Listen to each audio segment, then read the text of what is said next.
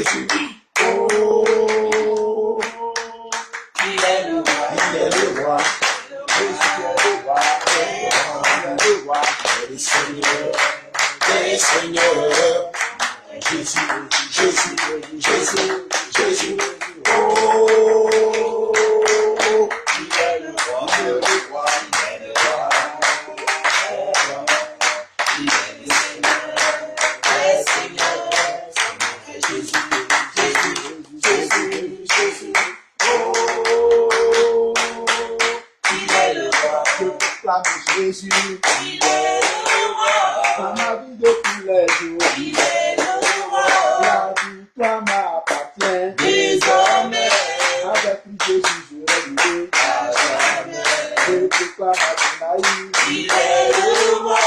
Dans ma vie de tous les jours. Il est le roi. Oh, la victoire m'appartient. Désormais. Avec Jésus je vais vivre. À jamais. Oh, il est le roi. Il est le roi. Les rois, Seigneur, il est le Seigneur, les seigneurs, Jésus, Jésus, Jésus, Jésus. Oh, il est le roi, il est le roi, Jésus est le roi, les rois, il est le roi, il est le Seigneur, les seigneurs, Jésus, Jésus, oh, il est le roi, il est le roi. Jésus est le roi, il est le roi, il est le Seigneur, le Seigneur. Jésus, Jésus, Jésus, Jésus, oh, il est le roi, il est le roi, il est le roi, il est le roi, il est le roi. Désormais, à jamais, il est le roi, il est le roi, désormais, à jamais, alléluia, le Seigneur, le Seigneur, alléluia. Le Seigneur, le Seigneur, il est le roi, il est le roi, désormais, à jamais, il est le roi, il est le roi, désormais, à jamais, il est le roi. Jésus, Jésus, Jésus, Jésus. Oh, il est le roi, il est le roi, il est le roi, il est le Seigneur, le Seigneur. Jésus, Jésus, Jésus, Jésus. Oh, il est le roi, il est le roi, il est le Seigneur, le Seigneur. Jésus, Jésus, Jésus, Jésus. Oh, il est le roi, il est le roi, il est le Seigneur, le Seigneur. Jésus, Jésus, Jésus, Jésus.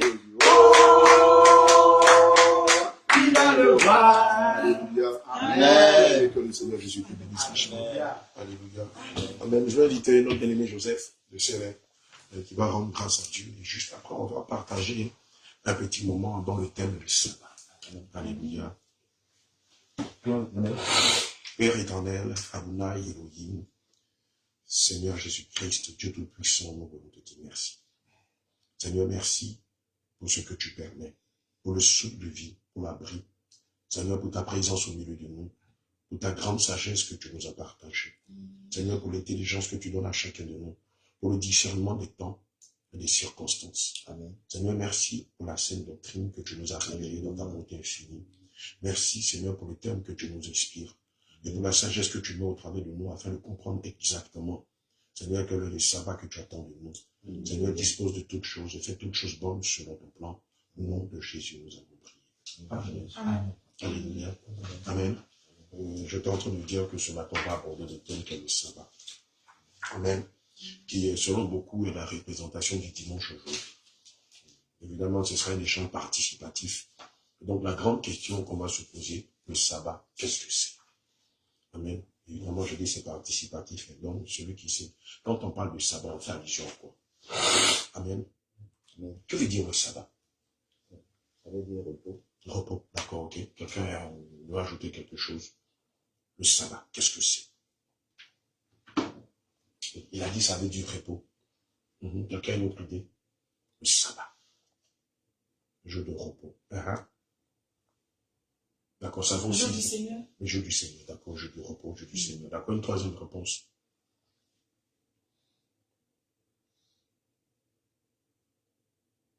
Quelqu'un a une idée? Une troisième réponse.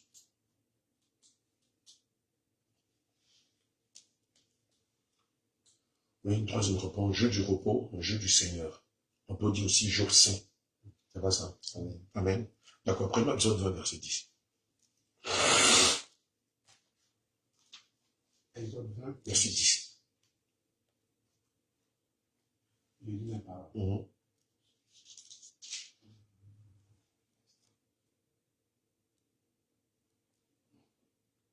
Exode 20, verset 10. Ok. S'il prend une autre. Non, c'est pas. Mais le septième jour, mais le septième jour est le jour du repos de l'Éternel. Mais le septième jour est le jour du repos de l'Éternel. Ton Dieu. Tu ne feras aucun ouvrage, ni toi, ni ton fils, ni ta fille, ni ton serviteur, ni ta servante, ni ton bétail, ni l'étranger qui est dans tes portes. Car en 6 jours l'Éternel a fait les cieux, la terre et la mer, et tout ce qui y est contenu. Et il s'est reposé le septième jour. C'est pourquoi l'Éternel a béni le jour du repos et l'a sanctifié. L'Éternel a béni le jour du repos et l'a sanctifié. Et donc, c'est pour ça qu'on parle du jour saint, du jour du repos ou du jour du Seigneur. Maintenant, la grande question. Dans l'ancienne alliance, ce jour du repos-là, c'était quand? Selon l'ancienne alliance, quel était ce jour du repos? C'était le samedi. Oui, maman Anne. C'est ce qu'elle voulait le samedi. Maman Tabitha. Oui, samedi. C'était le samedi. D'accord. Mais pourquoi c'était le samedi? Pourquoi c'était le samedi? Parce que c'est samedi qui est le vrai septième jour. C'est le samedi qui est le vrai septième. Mais pourquoi c'est pas le dimanche? Pourquoi c'était le samedi et non pas le dimanche? C'est le samedi dans la Genèse que Dieu s'était reposé. C'est le samedi. D'accord. Ce que je veux entendre, c'est que le calendrier hébraïque est diamétralement opposé au calendrier gréco-romain qui vient de Rome en Italie. Exact. Amen. Maman Tabitha, si déjà à la base on n'a pas compris ça, tu vas forcément croire que le jour du repos, c'est le dimanche. Donc à la base, on n'a pas fait le distinguo entre ces deux calendriers. Voilà le calendrier de Dieu. Amen. Et puis le calendrier qu'on discute, ça s'appelle le calendrier gréco-romain parce qu'il vient de Rome. Alléluia. Or, chez les Romains, le jour du repos, c'est quand? C'est le dimanche. Écoutez bien, c'est pour ça que le Seigneur a mis dans mon cœur qu'on mette le doigt sur le sabbat. Chez les Romains, en Italie, amen, comme chez les Français, leur jour du repos, c'est le dimanche. Maintenant, je me retrouve dans un pays arabe, dans le Maghreb ou dans le Golfe. Mettons qu'on soit par exemple en Arabie Saoudite, alléluia, ou bien, je ne sais pas moi, à Oman, amen, ou au Maroc. Leur jour de repos chez les musulmans, c'est quand? C'est le vendredi. Donc, eux n'ont pas le même calendrier que nous. Chez les musulmans, la nouvelle commence quand? Ça va être Tabaski. À Tabaski, en novembre. Amen. C'est un peu variatif. Amen. Chez nous, moi je vis à Bassam, mais je suis ami d'Abosso. Chez nous, à Bassam, où je vis, la nouvelle année commence aussi en novembre. Lors de la fête de l'Abissa, qui est dédiée à la divinité Palaiso. Amen. Chez les musulmans, le début de l'année commence en novembre. Amen. Où on a la fête de la Tabaski, qui représente aussi chez les musulmans la nouvelle année qui est dédiée à la divinité lune, qui s'appelle Allah. Alléluia. Amen. Chez les catholiques, le début de l'année commence en janvier, qui est dédié à la divinité Janus. est aussi le Dieu soleil. Amen. Alléluia. Donc, si on revient aux Écritures, selon l'Ancienne Alliance, le 7e jour de la semaine, ce n'était ni le vendredi, ce n'était ni le dimanche. Amen. Mais c'était le sabbat, c'était le samedi. Et c'est pourquoi en espagnol, samedi se dit sabado. Amen. Jour du repos. Amen. Donc, si on a compris ça, donc ça veut dire qu'il y a des choses qui vont tomber. Amen. Il y a des mensonges qu'on nous a fait croire qui vont tomber comme un chapeau de cartes. Amen. Maintenant, de façon pragmatique, on va dire l'événement du repos, comment ça se passait? Ça commençait quand? Ça s'achevait quand? Est-ce qu'on peut avoir, on a des petites idées, comment le jour du repos, le jour saint, se célébrait de façon technique? D'abord, ça commençait quand? Est-ce que ça commençait le samedi? Ça commençait quand? Ça commençait le vendredi soir. À partir de quelle heure? Ou à partir de quel moment? Du coucher du soleil. À partir du coucher du soleil. Je crois que toi, tu es un ancien... un ancien pratiquant. C'est ça, non? Voilà. C'est quoi? C'est de la Kabbale juive? D'accord. Ok. Et donc, lui, c'est un ancien pratiquant de la Kabbale juive. C'est ça, hein, quand on est amoureux de vérité, on tombe dans toutes les choses jusqu'à ce que le Seigneur nous fasse grâce. Un matin, voilà, de nous donner la grâce de tomber dans la bonne sauce. Donc, tu étais dans la Kabbale, donc tu connais bien les pratiques du sabbat. Amen. D'accord, ok. Donc, ça commence le vendredi à quel moment de la journée? Au coucher du soleil. C'est-à-dire vers quelle heure? 18h. En Côte d'Ivoire, à 18h. D'accord. D'accord. On a fait souvent 40 minutes encore pour voir les étoiles sortir. D'accord. D'accord. Donc, ça commençait déjà le vendredi, 18h, 19h, le truc, donc c'était de voir les étoiles sortir. D'accord. Maintenant, et ça se terminait quand? Le samedi aussi, au coucher du soleil. Ça se terminait aussi le samedi. Donc, pendant une journée entière, c'est ça? Exactement. Il fallait adorer Dieu. Ça, c'était dans l'Ancienne Alliance. Amen. C'est pourquoi ce jour-là s'appelle le jour du repos. Amen. Le jour saint. Et puis aussi, le jour du Seigneur. Amen. Puisque Dieu, après tout son ouvrage, s'est reposé le 7e jour. Amen. Maintenant, de façon pratique, qu'est-ce qu'il faut faire? Qu'est-ce qu'il ne fallait pas faire? Qu'est-ce qu'il fallait faire et tout ça? Pendant le sabbat, pendant tu as une idée? Non, j'ai mis sur D'accord, ok. J'ai qu'à vous signaler que on retrouve cette formule-là dans beaucoup de nos traditions. Quand on va au village, il y a une date où on ne va pas au champ. Il y a une date où on ne met aucune activité. Pour vous qui avez un peu connu le village, qui êtes au village, qui avez grandi au village, voilà, ou qui avez une connaissance de nos traditions, quel que soit le pays où on est en Afrique ou dans certains continents, vous allez voir que la même forme ou la même façon de faire, on le retrouve au village. Par exemple, chez nous, à Boisseau, dans mon village, Éboué, je crois que tous les vendredis, il était signifié qu'on ne devait pas aller au champ. De peur qu'en allant au champ, qu'on tombe sur des esprits qui sont capables, des génies, qui seraient capables de nous faire du mal. Et donc, le vendredi, on ne faisait aucune servir. Pardon, le vendredi, on ne faisait aucune servir. Donc, nous savons que Chez nous, c'était le mercredi. le mercredi, d'accord? Amen. Donc, les femmes ne peuvent pas aller Au marigot, on ne doit pas piger de l'eau, on va au champ, voilà. Il y a des trucs qu'on ne cueille pas, il y a des trucs qu'on ne fait pas et tout ça. Joseph, tu as une petite idée? C'est bien vu comme ça, on va voir, mais D'accord, maman. Chez nous, c'est le mercredi, on ne peut pas photo. Ah. Enfin, on ne peut pas la nuit. Voilà, nous, on ne peut pas photo la nuit. nuit. À partir de 18 ans, on ne peut pas les photos. Parce qu'au village, ici, nous habillons, nous, on peut foutre la Voilà. Évidemment, vous allez remarquer que, surtout en Afrique, puisque j'ai pris la peine d'étudier beaucoup de cultures, vous allez constater que beaucoup de coutumes, de coutumes dans nos pays africains sont très rapprochés au roi de Moïse. Très, très rapprochés au roi de Moïse. Ça pose la question, deux questions. Pour savoir, premièrement, est-ce que c'est parce que nous-mêmes on vient de là-bas? Et deuxièmement, est-ce que les divinités là, comme elles aiment copier aussi les choses de Dieu? Non, d'accord, je vais vous expliquer que l'Afrique en elle-même, à la base, vient de l'Égypte. Amen. Vient de l'Égypte. L'Afrique noire vient à la base de l'Égypte. C'est après la sortie de l'Égypte par l'exode que plusieurs peuples se sont dispatchés dans les autres pays d'Afrique. Amen. Et c'est pourquoi le peuple Akandi, ils viennent d'Anuanuan. Anuanuan, ça veut dire du désert. Amen. D'où les Akans. et aussi les Yakuba, les bien-aimés de l'Ouest et du Nord, ils disent qu'ils viennent du peuple ils viennent du désert. Or, quand on parle du désert, c'est dans le nord de l'Égypte, jusqu'à immigrer dans tous les pays. Et évidemment, peut-être que ça va vous choquer, peut-être que vous le savez, mais puisqu'on vient d'Israël, en s'immigrant dans les autres pays, on a gardé beaucoup de us et coutumes émanant d'Israël. C'est pourquoi si vous prenez l'Ancien Testament et vous regardez beaucoup de cultures en Afrique, vous allez voir que beaucoup de leurs traditions, de leurs coutumes sont en asymétrie avec les lois de Moïse. Oui. C'est pas les démons. Hein. Bon, après, il y a une confusion. Même la dot est chez nous en Afrique. C'est pas La dot, non. D'où ça vient? La dot, évidemment, émanant de la parole de Dieu, on retrouve la dot dans nos justes coutumes. Voilà. À quelques, on va dire, à quelques différences près. Sinon, la dot, jusqu'à présent, dans la quasi-totalité des pays en Afrique, existe. Beaucoup pensent que c'est une tradition. Non, c'est pas une tradition, c'est une alliance que l'Éternel tisse entre l'homme et sa côte, ou sa femme. Alléluia.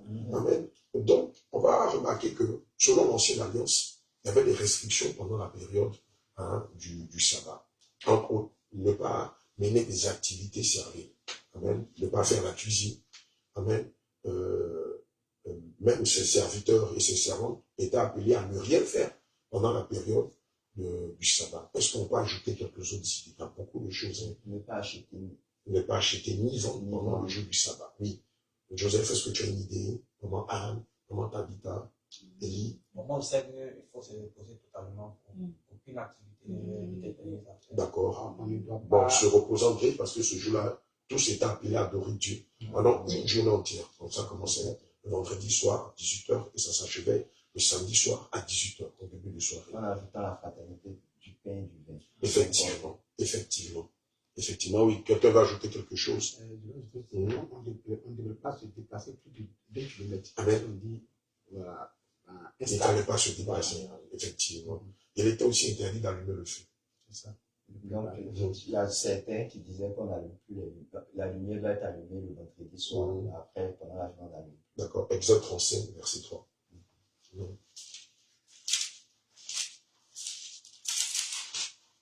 Exode 35, verset 3. Vous n'allumerez point de feu dans aucune de vos demeures le jour du sabbat. Amen. Vous n'allumerez point du feu dans aucune de vos demeures le jour du sabbat. Donc, ce jour-là, il était formellement interdit d'allumer du feu. Alléluia. On est dans l'ancienne alliance. Amen. Et il était aussi interdit de ramasser du bois. Il était formellement interdit de ramasser du bois. Donc, ici, on va dire, interdit même dans le champ, prendre des fagots, faire du feu. Il était formellement interdit de le faire, sous peine d'être lapidé de mort. Alléluia. Oui, Moïse, on l'a tué. Alléluia. Amen. Il était interdit de cultiver ou de récolter pendant le jour du sabbat. Amen. Exode 34, verset 21. Exode 34, verset 28. Amen. Il est écrit. Tu travailleras 6 jours et tu te reposeras le 7e jour. Tu te reposeras même au temps du labourage et de la moisson. Alléluia. Amen. Je disais aussi qu'il était interdit de transporter des bagages. Amen. En dehors de son espace privé. Amen. Alléluia. Donc, si on te voyait par exemple prendre un colis pour traverser le quartier, pour aller peut-être auprès Saint ou bien pour déverser tes ordures. Alléluia. Amen. Jérémie 17, verset 21. Donc, il était formellement interdit de prendre des bagages. Jérémie 17, verset 21. Amen. Voilà, de se déplacer. Ne sortez de vos maisons aucun fardeau le jour du sabbat. 21 à 22. Ainsi parle l'Éternel. Ainsi parle l'Éternel. Prenez garde à vos âmes. Ne portez point de fardeau le jour du sabbat. Et n'en introduisez point par les portes de Jérusalem. Verset 22. Ne sortez de vos maisons aucun fardeau le jour du sabbat et ne faites aucun ouvrage, mais sanctifiez le jour du sabbat, comme je l'ai ordonné à vos pères. Alléluia. Parole du Seigneur. Amen. Et donc, pendant cette période-là, il était formellement interdit, amen, de récolter, amen, de couper du fagot de bois, de faire des affaires, de faire du commerce, de se déplacer de sa maison avec un certain nombre de bagages pour aller dans un endroit X ou dans un endroit Y. Alléluia. Amen. Il était formellement interdit pendant cette période-là de pousser même ses serviteurs, ses bonnes, à mener des activités serviles. Alléluia. Amen. Il est aussi interdit d'acheter, de vendre, de faire des affaires pendant le jour du sabbat. Prenons le livre de Néhémie 13, verset 15 à 22. Néhémie 13, verset 15 à 22.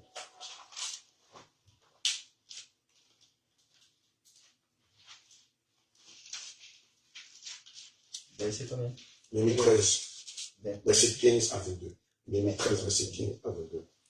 À cette époque, je vis en Juda des hommes foulés au pressoir pendant le sabbat, rentrer des gerbes, chargés sur des ânes, même du vin, des raisins et des figues, et toutes sortes de choses, et les amener à Jérusalem le jour du sabbat. Et je leur donnai des avertissements le jour où ils vendaient leurs denrées.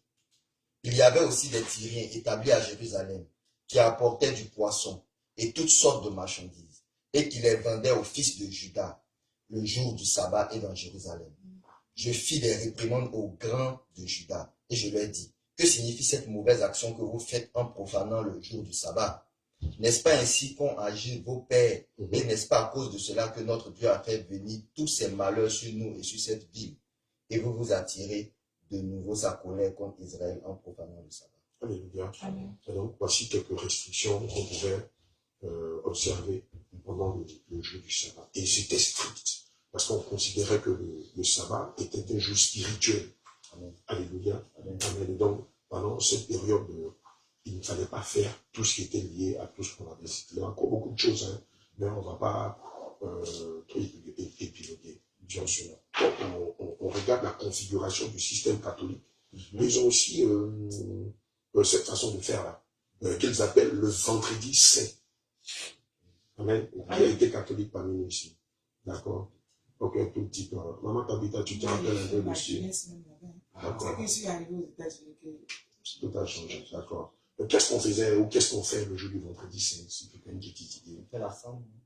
On fait la cendre. Bon, le jour du vendredi saint, c'est la période de Pâques. On commence le jour où Jésus a été crucifié. Donc, c'est une cérémonie. Ce jour-là, on prend ce jour pour commémorer un peu la mort et la résurrection de Jésus-Christ. C'est avant cette période-là que vous faites le programme de jeûne sans viande? Non, le jeûne, c'est, je crois bien, avant? C'est avant. 40 jours avant? Avant les 40 jours. Bon, c'est dans les 40 jours. On coupe le dimanche. Le dimanche de la Pâque. Voilà. Mais le vendredi fait partie. D'accord. Il y a la dernière, en tout cas, la dernière semaine, on appelle la semaine sainte. D'accord. Voilà, la dernière semaine, il commémore tout ce que Jésus-Christ a fait. La marche du Seigneur. La dernière pied du Seigneur. Voilà, le chemin de croix. Tout ça, voilà. C'est le vendredi, on fait ça. D'accord. Donc, concernant la cendre, ça, c'est le jour du carême. D'accord. C'est le jour du carême. Le mercredi de cendre. Voilà. Donc, le mercredi, le jour du carême, il brûle la cendre. Et puis, ça marque l'ouverture du carême. Des 40 jours de jeûne sans viande. De jeûne sans viande. Voilà. Donc, le vendredi, ils font le chemin de croix. Voilà, ils font une messe. Ou, en tout cas, commémore la mort de Jésus-Christ. Amen. Oui, ça, c'est l'ouverture du carême. Avant le 40 jours. D'accord, ok. D'accord, on va prendre 1 Timothée 4. Verset 3. Verset 1 et verset 3.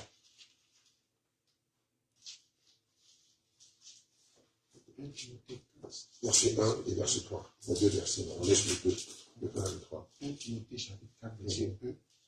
Mais l'Esprit dit expressément que dans les derniers temps, quelques-uns abandonneront la foi pour s'attacher à des esprits séducteurs à une fausse doctrine. Verset 3. Ils prescrivent de ne pas se marier et de s'abstenir que Dieu a commis pour qu'il soit pris avec action de grâce par ceux qui sont fidèles et qui ont connu la vérité. Alors, je reprends le passage, tu as lu un peu doucement. Donc je pense que tout le monde a compris. Il est écrit. Mais l'Esprit dit expressement que dans les derniers temps, c'est un avertissement, quelques-uns abandonneront la foi. Amen. C'est-à-dire l'évangile vrai, la saine doctrine. Amen. Pour s'attacher à des esprits séducteurs et à des doctrines de démons, prescrivant de ne pas se marier et de s'abstenir d'aliments que Dieu a créés pour qu'ils soient pris avec action de grâce par ceux qui sont fidèles et qui ont connu la vérité. Maintenant, quand on fixe son regard sur ce qu'on découvre dans le système catholique en ce qui concerne la semaine sainte, le vendredi saint, le mercredi saint, amen, qui parfois ressemble un peu au sabbat, on voit en fait qu'ils sont folklore. Amen. Parce que c'est pas ce que le Seigneur Jésus a prescrit, malheureusement. Amen. Mais le Seigneur nous dit que ce sera des signes avant-coureurs de l'avènement de l'enlèvement de l'Église et de l'avènement de l'Antichrist. Alléluia. Amen. Amen. Donc on voit que ce que l'Éternel inspiré par le sabbat a été copié par beaucoup de communautés religieuses. Amen. Tel que le système catholique, tel que l'islam. Amen. Chez les musulmans aussi, ils ont un trentenaire où pendant 30 jours, ils se privent de nourriture, ils les rendent les soirs. Et ils disent que pendant ce mois-là, tout ce qu'ils font ont une portée spirituelle. Et pendant ce mois, Satan est enchaîné. Et donc pendant un mois dans l'année, selon dans les dogmes de l'islam, dans la période où avant la tabaski, pendant un mois, ils vont pratiquer le jeûne sur 30 jours. Satan est enchaîné, Satan ne peut plus faire du mal. Et donc pendant ces 30 jours-là, ils sont purs, tout ce qu'ils vont faire va monter au ciel. Amen. C'est ce qu'on appelle des doctrines de démons ou des esprits séducteurs. Alléluia. Maintenant, on va aller dans la grâce, sous l'air de la grâce. Amen. Amen.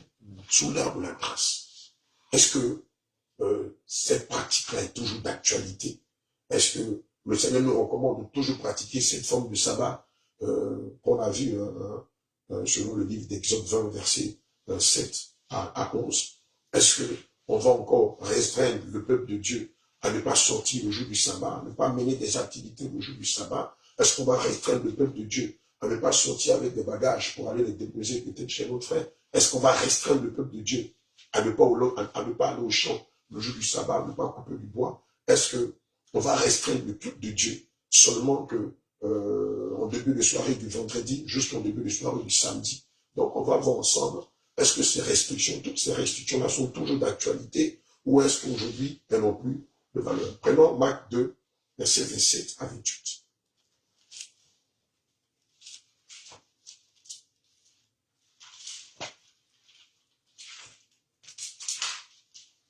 Marc 2, verset 27 à 28. verset 27 à 28. Puis il leur dit, le sabbat a été fait pour l'homme, et non l'homme pour le sabbat, de sorte que le Fils de l'homme est maître même du sabbat. Ça veut dire quoi?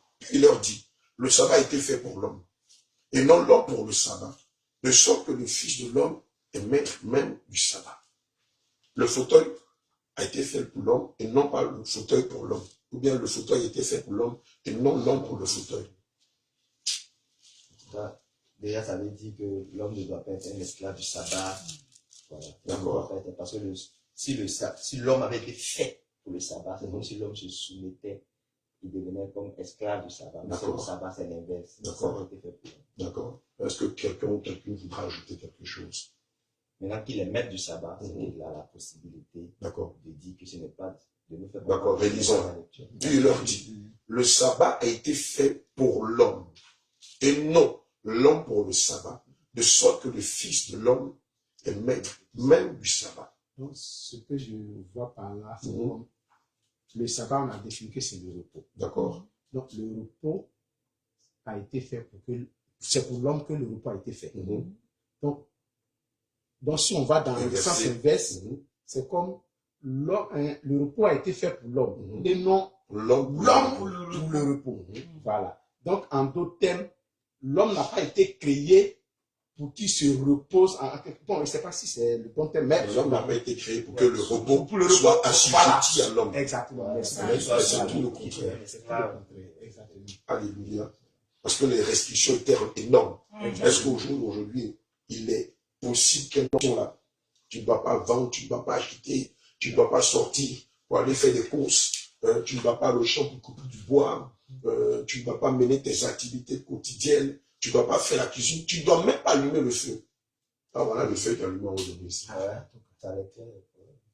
Est-ce que l'être humain est capable de respecter toutes ces ordonnances, ces restrictions-là, au jour d'aujourd'hui, là où on est sous la grâce? Parce qu'il y a depuis quelques années qui pratiquent la cabale juive et qui s'évertuent à respecter tout ça. Bon, maman Christiane m'a envoyé la vidéo, que le Seigneur me pardonne, j'ai rigolé. J'ai rigolé le vendredi. Les femmes à sa faire, elles font des grandes casseroles de soupe, des trucs et tout ça. Les gars, vous n'allez pas vous en sortir. Vous n'allez pas vous en sortir. Ah, amen. Prenons Matthieu 11, verset 28. Matthieu 11, 28. Venez à moi, vous tous qui êtes chargés et fatigués. Amen. Fatigués et chargés, et je vous donnerai du repos. Je reprends. Venez à moi, vous tous qui êtes fatigués et chargés, Amen. et je vous donnerai du repos. D'accord. Avant, c'était le sabbat. C'était à cette date-là, à cette période, qu'Israël devait aller vers le Seigneur Jésus-Christ de façon communautaire. Ils sont rassemblés tous pendant 24 heures, ils adorent le Seigneur Jésus.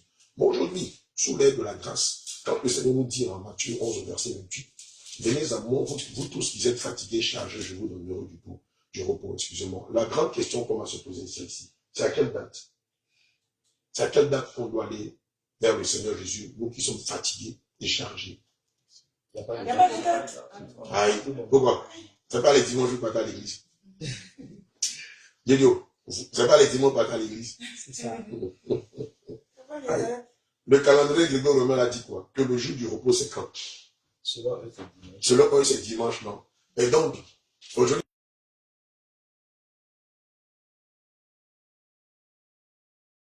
le dimanche là, si le dimanche, toi, tu n'es pas allé à l'église, le pasteur t'appelle et dit, il y a quoi? Qu'est-ce qui n'a pas marché? Le dimanche là, tu sais que c'est le jour du Seigneur, non? Le lundi là, c'est le jour de qui alors?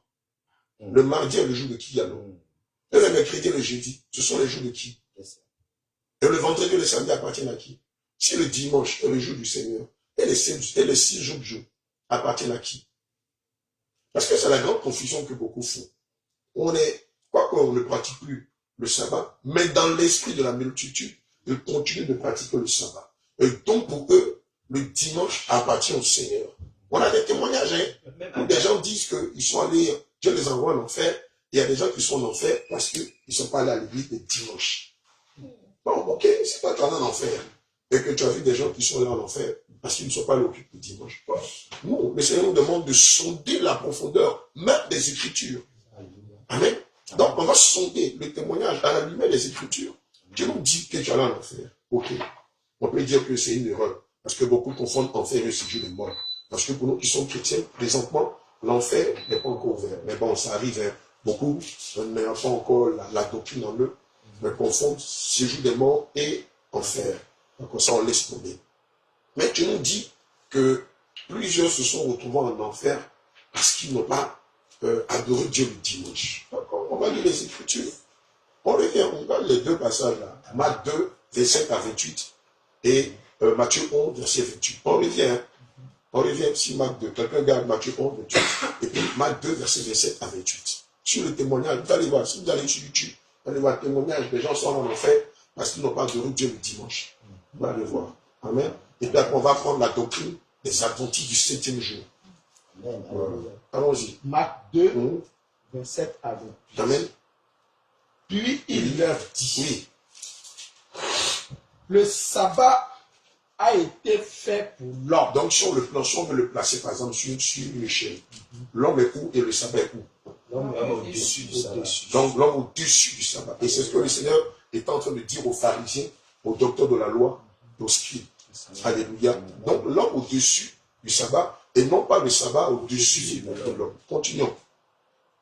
Puis il leur dit, Oui. le sabbat a été fait pour l'homme, et non l'homme pour le sabbat. Donc, le sabbat a été fait. Alléluia. Donc, on garde toujours cette même position. D'accord, continuez. Le verset 28. De sorte que le Fils de l'homme est maître même du sabbat. Ça veut dire quoi? De sorte que le Fils de l'homme est maître même du sabbat. Qu'est-ce que ça dit? Ça veut dire que lui, là, en tout cas, il décide que le sabbat n'est plus d'actualité, que c'est plus d'actualité. Merci. Là, qu'est-ce qui vient de se passer là? Comment on peut appeler ça en droit? Il vient d'abroger. Alléluia. Amen. Là, le Seigneur Jésus-Christ, ici, vient d'abroger le sabbat qu'il avait inspiré à son serviteur Moïse. Cette loi-là, moi Jésus, qui est l'inspirateur des alliances, des commandements, des ordonnances, je l'abroge à partir d'aujourd'hui. Elle n'est plus d'actualité. Amen. Et maintenant, il va prendre maintenant une nouvelle édite. On le voit en Matthieu 11, verset 28. Matthieu. Oui. Est-ce que c'est pas plutôt pas abrogé mais réformé? Alléluia. C'est annulé même, mais pas réformé. Il annule. Ici, il annule. C'est une loi que le Seigneur annule. Elle n'a plus de valeur. Amen. Prenons Matthieu 11, verset 28. Il nous explique quelque chose. Il prend une nouvelle réforme. Amen. Une nouvelle édite est dictée par lui. Puisqu'il est le Dieu à qui appartiennent les lois, les commandements, les ordonnances, les prescriptions et les statuts. Allons-y. Matthieu 11, verset 28. Venez à moi, vous tous qui êtes fatigués et chargés, Amen. et je vous donnerai du repos. La grande question, c'est à quelle date? C'est tous les jours. C'est quand? C'est à quelle question? Alléluia. Amen. Donc, quand on entend des gens qui disent que moi, Dieu m'envoie en enfer et que je viens d'un département où les gens n'ont pas. Même si vous voulez actuellement aller cliquer, vous allez voir, vous allez rigoler. Dieu a amené des gens en enfer parce qu'ils n'ont pas adoré Dieu le dimanche, le jour du repos. C'est un faux songe, c'est une fausse vision, c'est une fausse mort. Oui. Donc la question que je vais poser, et ceux qui sont dans les pays musulmans où le dimanche ils travaillent. Et le jour du repos, c'est le vendredi. C'est le vendredi. Ah, parce qu'on était au Maroc, on a vu au Maroc, c'était notre grand choc, on a vécu 2 chocs culturels au Maroc. On a vu des Noirs marocains. Noirs marocains. Et donc, d'abord, quand ils ressemblent à des BT, à des Congolais, à des Ivoiriens, à des Camerounais. Mais moi, je vois un Marocain noir. Et puis, je le salue, et tout ça, et puis il me parle en arabe. Mais toi, tu es Ivoirien, comment tu m'écris bien l'arabe? Tu ne parles pas français. J'insiste, pas français. Donc, je demande à notre interlocuteur, et non, c'est pas un subsaharien, c'est un arabe de souche. Hein. Et puis donc on échange, il interprète, il nous fait entendre que les premiers arabes n'étaient pas des métis, ils étaient des noirs. Je dis, ah Seigneur. Donc c'est en fait tout ce que tu nous dis là, c'est quand on sort de la Côte d'Ivoire qu'on réalise que, attends, Dieu il est réellement avec nous. Hein. Et il nous dit que les premiers arabes n'étaient pas les métis, mais c'était les noirs berbères. Je dis, waouh. Le 10e choc, c'est le vendredi. Chez eux, le jour de repos chez les musulmans, c'est le vendredi. Et donc, on était tenu à un moment de se soumettre à cela. On adorait Dieu les vendredis. Quoique le Seigneur nous enseigne de l'adorer everyday. Donc, là-bas, c'est les vendredis qu'ils sont libres. Et c'est les vendredis que tout le monde va adorer le Seigneur et tout ça. Évidemment, on se cache, parce que là-bas, il est interdit de manifester sa foi en public sous peine d'être arrêté, d'être lapidé, d'être tué, tout ça. Voilà, donc on se cachait, on a des sous-sols, un peu comme ici. Et c'est là qu'on met nos chaises et on adore le Seigneur Jésus-Christ. Amen. Et donc, la grande question, et les pays du Golfe, ou les pays maghrébins, où leur jour de repos, c'est le vendredi. Les chrétiens qui sont là-bas, qu'est-ce qu'ils font? Ils vont se conformer à ces exigences, à ce calendrier, ou bien ils vont adorer Dieu le dimanche, tout en sachant que là-bas, le dimanche, c'est le jour ouvrable. Les gens travaillent, les gens vont à l'école et tout ça. Amen. Grande question.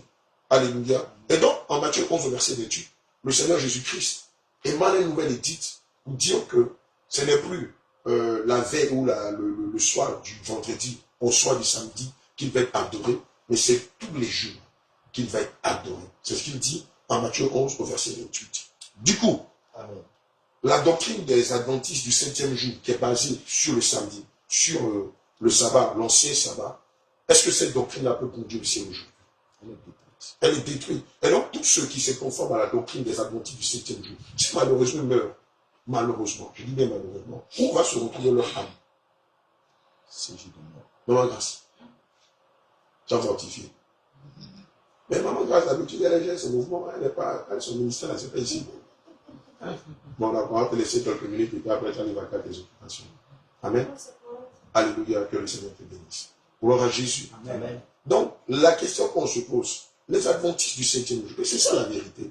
Vous avez reçu l'épée qui est la parole de Dieu, dans le but de déconstruire les doctrines des démons, les esprits séducteurs, les fausses religions, amen, et même les traditions. En espèce, le gars, il a du zèle, il est adventiste du 7e jour, mais il est détruit à 100%. Ok, il meurt. Il s'attend à quoi? Il s'attend à quoi? Mais il n'y a pas... Moi, j'ai une question. Oui. Est-ce que pour être sauvé, Dieu se base sur la doctrine? Sur sa doctrine. Alléluia. Sur sa doctrine, bien. Dieu Se base sur sa doctrine. Amen. Mais bon. D'accord, la grande question qu'on va te poser dans laquelle il y a la réponse. Je vais faire comme un Ivoirien. On dit que quand tu poses une question à un Ivoirien, il te répond par une question. Avec quoi le monde sera jugé? Ou par quoi le monde sera jugé? Sur la base de quoi le monde sera jugé? Sur la base de la parole de Dieu. D'accord. C'est ce qu'on appelle la saine doctrine. Et sur la base de quoi nous, chrétiens, nous serons justifiés? Par la foi, Mais la foi vient de... la parole de Dieu. Bien sûr, la foi vient de la parole de Dieu. Et donc, si quelqu'un dit ou prétend qu'il est chrétien, et que sa foi, c'était l'enseignement du dimanche de notre bien-aimé Joseph Jérémie, et si ce chrétien qui est catholique, qui est adventiste du 7e jour, qui est témoin de Jéhovah, qui est mormon, si sa foi n'est pas conforme à la sainte doctrine, le Seigneur va le rejeter. Prenons Matthieu 7, verset 21. Est-ce que tu voulais lire? Vous voulez lire 2 Jean 1. Vas-y, et puis on cherche Matthieu 7, verset 21. 2 Jean 1, verset 9. Oui. Quiconque va plus loin et ne demeure pas dans la doctrine de Christ Amen. n'a point Dieu. Alléluia. Celui qui demeure dans cette doctrine. 2 Jean 2, verset 9. Alléluia. Donc c'est Reprends la le passage. Bien. 2 Jean 1, verset 9. Reprends le passage, s'il te plaît. Quiconque va plus loin et ne demeure pas dans la doctrine de Christ n'a point Dieu. Alléluia. Celui qui demeure dans cette doctrine a le Père et le Fils. Amen. C'est sur la base de la doctrine. Alléluia. Et donc la doctrine, c'est quoi? C'est l'évangile. C'est ce qu'on appelle la saine doctrine. Pourquoi on dit saine? Parce qu'elle est pure, elle n'est pas diluée, parce qu'elle n'est pas entachée par la ruse, par la malice ou par le désir d'anarquer ou d'abuser des enfants de Dieu. C'est vraiment dur, pur et dur. Voilà. Amen. Ne vous laissez pas émouvoir par non, telle communauté est grande, elle est saine, les gars, le pasteur est mondialement connu, il y a plusieurs cultes qui se font là-bas, il y a des millions de personnes. Et donc, ces millions de personnes-là, ils vont mourir. Oui, ils vont mourir. S'ils ne se confondent pas à la parole de Dieu, malheureusement, ils mourront. Alléluia. Et donc, c'est ce qu'on vient de voir en 1 Jean 1, verset 9. Donc, si prenons Matthieu 7, verset 21. Matthieu 7, verset 21. Alléluia. Il est écrit. Ceux qui me disent Seigneur, Seigneur, Oui. n'entreront pas tous dans le royaume des cieux. Amen. Ici, il s'agit des païens ou il s'agit des pseudo-chrétiens. Pseudo-chrétiens. Alléluia. Ici, c'est pas toute la parole de Dieu ne s'adresse pas aux païens. Amen. Le Seigneur s'adresse aux chrétiens. D'abord en premier aux juifs, ensuite à l'ensemble du corps de Christ. Amen. Et donc, si je vais à l'église, je vais pour chauffer le banc. Si je n'ai pas une communion avec le Seigneur Jésus-Christ, si je ne mets pas en pratique sa parole, tout ce que je fais est fait. C'est une vie à blanc que je mène, comme un chèque à blanc. On donne à quelqu'un, on lui dit, bon, tiens, voilà un chèque, voilà, il y a 100 millions dessus. Mais c'est un chèque à blanc. Il va à la banque, on lui dit, mais c'est un chèque à blanc. Mais mon réponse est que, oh, j'ai déjà pris des crédits, j'ai acheté, j'ai pris des trucs et tout ça. Non, tu vas en mission, mais tu vas en prison. Alléluia. Et donc, c'est une vie chrétienne à blanc, c'est-à-dire, elle est dénuée de sens. Elle n'a aucune portée spirituelle. Pourquoi? Parce que cette communauté ou cette personne-là n'a pas calqué sa foi ou sa vie chrétienne sur la parole de Dieu, mais sur ses pensées, sur ses raisonnements, sur la théologie et tout ça. Alléluia. Amen. Prenons Matthieu 5, verset 23, 20. Matthieu 5, Verset 20. Amen. Il est écrit.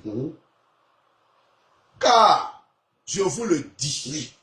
si votre justice ne surpasse celle des scribes et des pharisiens, Amen. vous n'entrerez point dans le royaume des cieux. Alléluia. Car, en Matthieu 5, verset 20 déclare, je vous le dis, si votre justice ne surpasse pas celle des scribes, amen, les scribes et les pharisiens étaient attachés à la loi de Moïse, amen, vous n'entrerez point dans le royaume des cieux. Et donc, si vous voulez vivre ces lois-là, toutes ces restrictions qui sont liées au sabbat, vous ne verrez pas Dieu. Parce que le Seigneur Jésus-Christ annule, aborde le sabbat. Amen. Et donc, il prend une nouvelle édite, il dit dorénavant, ce n'est plus la nuit du vendredi soir au samedi soir que vous allez m'adorer, mais vous allez m'adorer tous les jours de la vie. Amen. Et donc, du coup, est-ce qu'on peut parler de vendredi saint, de semaine sainte, de mois saint? Est-ce que maintenant, on va dire qu'il y a un jour saint dans l'année? Question. Alléluia. Que le Seigneur Jésus te bénisse. Prenons Colossiens 2, versets 16 à 17.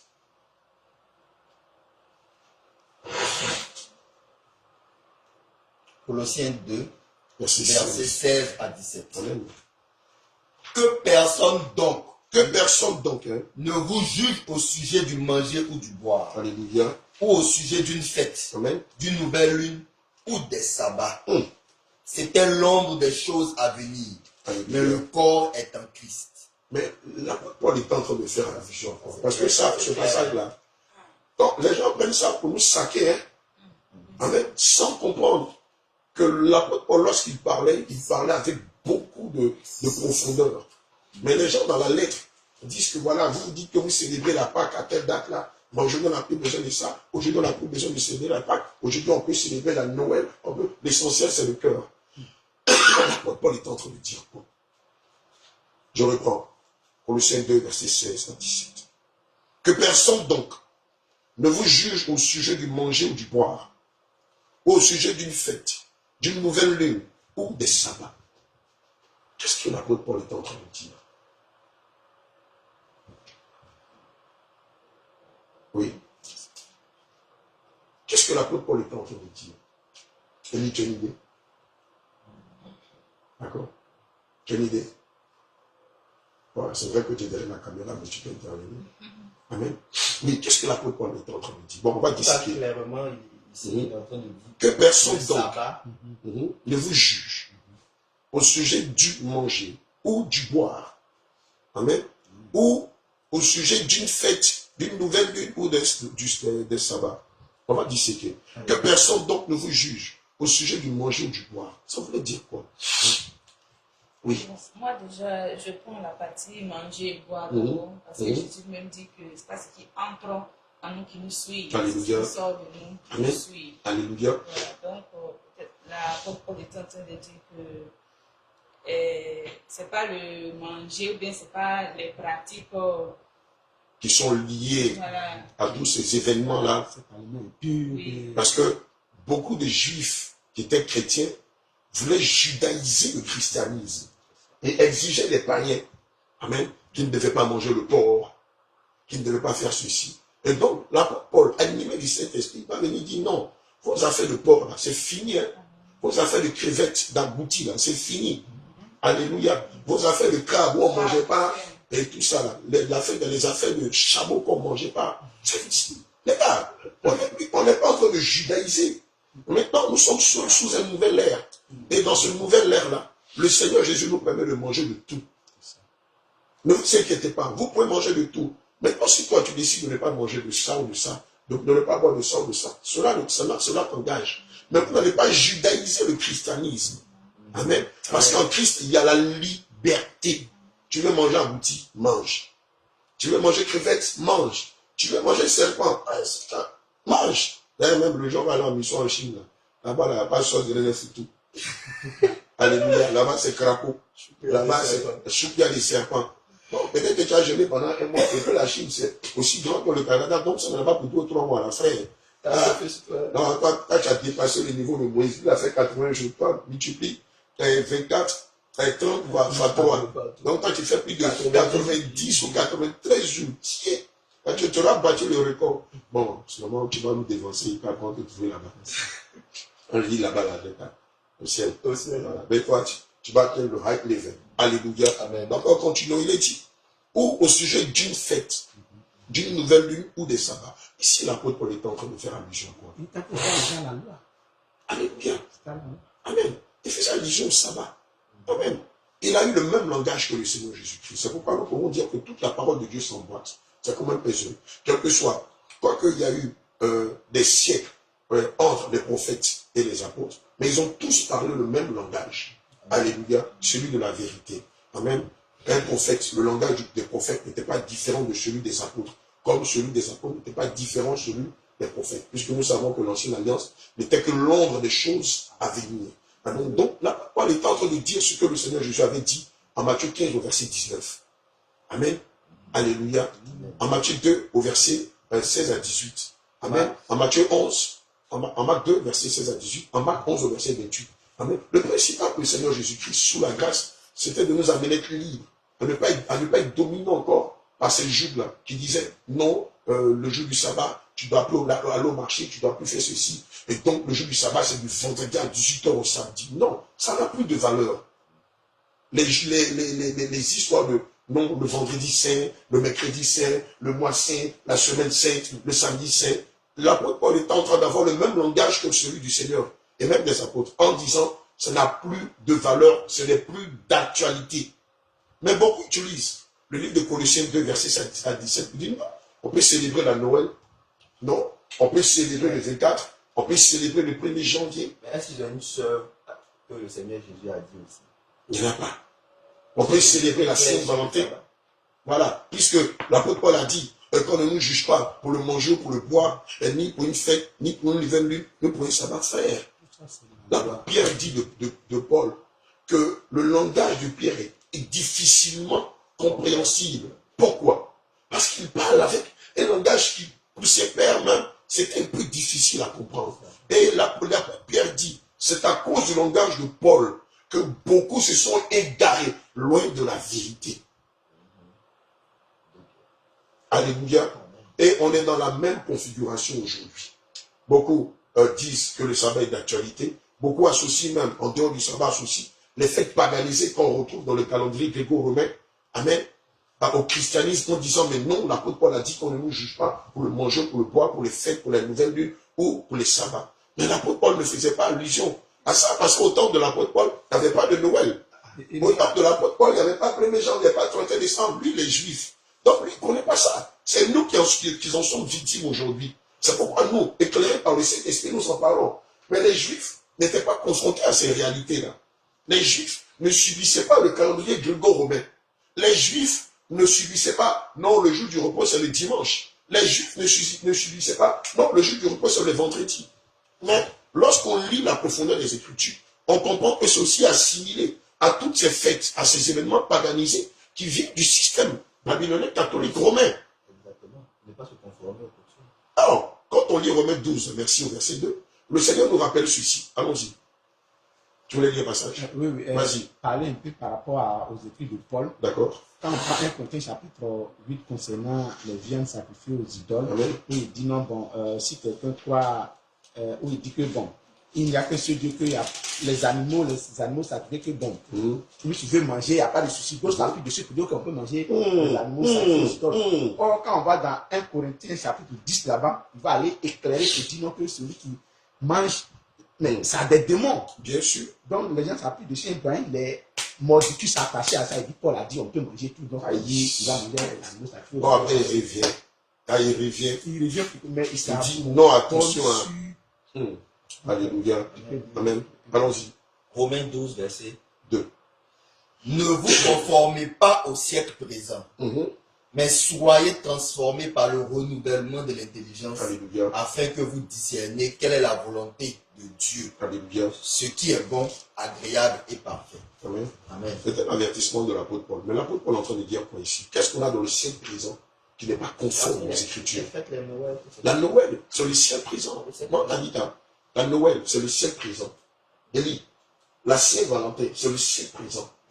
Quoi d'autre même? La Toussaint, la fête de la célébration des morts, c'est le ciel présent. Halloween. Halloween, hein, où on se déguise en monstre, en démon, c'est le ciel présent. Fête des mères. Merci, la Toussaint, c'est le ciel présent. Comment t'as tu sais que la fête des mères, la fête des pères, la journée mondiale de la femme, c'est le ciel présent. C'est quoi, ça t'étonne? Bien, tu sais. Alléluia. C'est le ciel présent. Quelle autre fête encore? L'anniversaire. Les anniversaires, oui, maman Anne, merci. C'est le ciel présent. Oui, quel autre événement encore? La Tabaski, le Mauloud. C'est le ciel présent. Toi, tu es chrétien. Les musulmans disent que Jésus n'est pas Dieu. Maintenant, leur viande là, viande dédiée au démon lui là, toi tu prends, tu manges. Et puis quand on en parle, les gens se fâchent. Quelqu'un qui dit Jésus n'est pas Dieu, tous les jours il insulte Jésus. Tous les jours dans le monde entier, il contre les chrétiens au Pakistan, au nord du Nigeria, au Kyrgyzstan, en Afghanistan. Tue les chrétiens. Maintenant, les viandes, on te donne et puis tu manges. Maintenant, quand on en parle, tu cites Colossiens 2. Il dit non, ne nous jugez pas pour les fêtes, ne nous jugez pas pour les nouvelles luttes. Tu n'as rien compris. Tu n'as rien compris.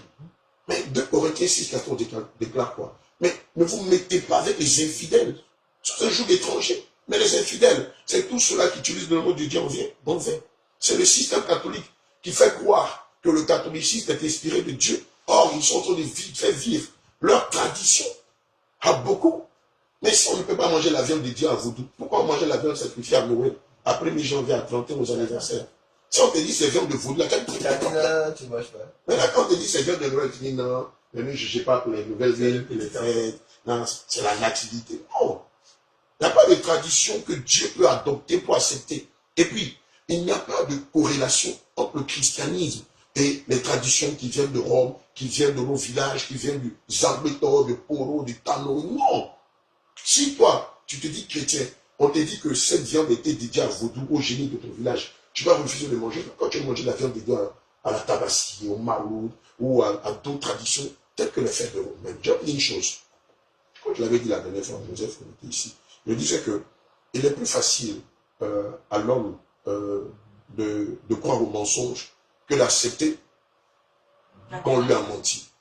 Alléluia. Et c'est ça le problème de beaucoup. Pourquoi? Parce que on assimile la vérité à un événement qui est pérenne sur plusieurs siècles. Attends, vous êtes en train de nous dire quoi? Mais depuis des années, on fait la Noël. Est-ce que ça veut dire que parce que depuis des années, on fait la Noël et qu'on regarde beaucoup la vérité, on va douter de la vérité parce que la Noël a été fêtée sur plusieurs années.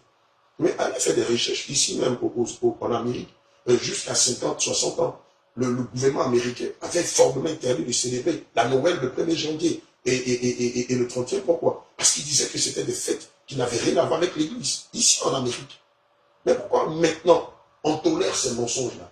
Parce que le système a veillé à faire de ces événements un événement commercial, un événement marketing. C'est pas comme une jeune fille qui est vierge à 20 ans. Mais son entourage va lui dire quoi? Jusqu'à 20 ans. Non, mais tu n'es pas intelligente. Mais toi aussi, qui t'a appris ça? C'est la même chose avec la vérité. Quand on la découvre, on dit non, c'est le mensonge. Parce que le mensonge en lui-même, depuis des siècles, depuis des années, a existé. Et comme on a grandi dedans, on était bercé dedans, on a vécu dedans, on a vu nos pères vivre dedans, nos mères, le pasteur, le prêtre vivre dedans. Dès qu'on découvre la vérité, on se dit, mais attends, tiens, mais nous, on a grandi dans ça. Mes parents, donc tu veux dire que mon papa, il s'est dit qu'il connaissait. Tu veux dire que nous, à l'église, dans notre pasteur était trop gentil. Donc tu veux dire que le pasteur, là, il s'est trompé, mais non, je ne peux pas croire.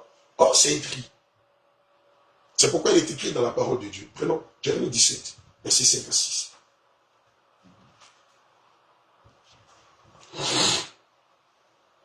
Jérémie 17, verset 5 à 6. 5 à 6. Ainsi parle l'Éternel. Maudit soit l'homme qui se confie dans l'homme, qui prend la chair pour appui et qui détourne son cœur de l'Éternel. Le verset 6. Il est comme un misérable dans le désert. Il ne voit point arriver le bonheur. Il habite les lieux brûlés du désert. Une terre salée et sans habitants. Ainsi parle l'Éternel. Jérémie 17, 5 à 6. Maudit soit l'homme qui se confie dans l'homme, qui prend la chair pour appui et qui détourne son cœur de l'Éternel. Et il ne s'agit pas de non, moi j'ai été bercé dans cette doctrine-là. Il ne s'agit pas de non, moi on a grandi dans une famille où on célébrait la Noël. Et à l'église, le pasteur ou le prêtre nous enseignait la Noël. Ce n'est pas de ça qu'il s'agit. Amen. Il ne s'agit pas de se confier en l'homme, mais de se confier en la parole de Dieu. C'est pourquoi il est question de se confier en l'Éternel. Parce que c'est en lui qu'on a la vie éternelle. Ça veut dire quoi? Ça veut dire que toute communauté religieuse, toute obédience qui ne se confond pas à la saine doctrine, quel que soit le type de miracle, quelle que soit la bonté des comment je peux les appeler, des gourous, quelle que soit la gentillesse qu'on a là-bas, si cette communauté, si cette église ne se confond pas à ce qui est écrit, c'est une église de démons. Je vais aller plus loin. C'est une secte. C'est une secte. Et donc, tous ceux-là qui enseignent le mercredi de cendre, le vendredi de cendre, quoi d'autre, la semaine sainte, le vendredi saint, qui encore enseignent le sabbat sous la forme de l'ancienne alliance. Qui frappe un Jésus Qui, le jour de la Pâque. Qui frappe le Seigneur Jésus le jour de la Pâque. Qui célèbre toutes ces fêtes que vous connaissez. Alléluia. Amen. Ne sont pas en train de servir Dieu en l'esprit en vérité, mais sont en train d'adorer le diable. Et si malheureusement, les personnes qui sont dans cette communauté-là ne se répandent pas, malheur à elles. Malheur à elles. Alléluia. Et donc, comme je disais, il n'est pas question de moi dans mon église, ou mon pasteur, ou mon prêtre, non. Mais il est question de se conformer, d'avoir l'attitude du peuple de Béret. Qu'est-ce que les Écritures? Oui, c'est vrai, je suis né musulman, je suis né catholique, mais ça dit que je vais mourir dans cette communauté. Non, je peux avoir de l'intelligence, me remettre en question tout ce que j'ai appris dans ma famille, dans ma communauté, et revenir aux Écritures. Est-ce que dans les Écritures, le sabbat continue au jour d'aujourd'hui d'exister? Non. Et donc, si une communauté sait le sabbat, ou fait le sabbat, elle n'est pas en train de servir Dieu, mais elle est en train de se carter de la porte étroite et du chemin resserré. Alléluia. Si on soutient Mordicus, que en dehors de ce qui est écrit ici, on va venir ajouter d'autres choses. Amen. Nous ne sommes pas en train d'adorer Dieu, mais nous sommes en train de nous préparer pour l'enfer, pour le séjour des morts. Alléluia. Et c'est pourquoi en tant que chrétien, nous devons apprendre à avoir l'attitude, cette belle attitude du peuple de Béret. Donc la peine de sonder les Écritures. Amen. Pour savoir si ce qu'on nous enseigne est conforme aux Écritures. Pour savoir si on est en train de nous préparer pour le ciel ou si on est en train de nous préparer pour l'enfer. Malheureusement, l'espèce, beaucoup, sans le savoir, sont en train de se préparer pour l'enfer. Alléluia. Galates 4, verset 10 à 11. Galates 4, verset 6, Non, 10 à 11. Alléluia. Je lis la parole du Seigneur. Amen. Vous observez les jours, les mois, les temps et les années. Attends, même pause, man of God. On va essayer de remplacer ces mots-là, non? Par toutes les fêtes actuelles qu'on connaît aujourd'hui. Vous observez le réveillon de Noël. Voilà. Vous observez la Saint-Sylvestre. Vous observez la Saint-Valentin. Vous observez la fête des mères. Vous observez la fête des pères. Vous observez la journée mondiale de la femme. Vous observez l'Halloween. Vous observez la Thanksgiving. La Thanksgiving. Vous observez le Maouloud. Vous observez la Tabaski. La fête de Vaudou. Vous observez la fête de Poro. Vous observez la fête de Poro. Vous observez les anniversaires. Vous observez les anniversaires. Je crains d'avoir inutilement travaillé pour vous. En vain. En vain. Alléluia. Amen. Mais qu'est-ce que ça dit? Je pense que ce passage ne souffre d'aucune ambiguïté, à moins qu'on soit un fifi hypocrite. Comment on peut comprendre ça? C'est encore l'apôtre Paul qui parle. Comment on peut comprendre ça? On voit par là que malgré l'enseignement qu'il a donné, les gens veulent retourner à la loi pour aller célébrer ces choses. Ça veut dire, comme le sait présent aujourd'hui, malgré ce qui est écrit dans la parole, les gens continuent à célébrer la Noël. Laisser l'essentiel de s'attacher à des traditions, à des doctrines d'hommes, à la philosophie, à la théologie et tout ça. Alléluia. Amen. Amen. Prenons l'Hébreux 9, verset 4 à 9.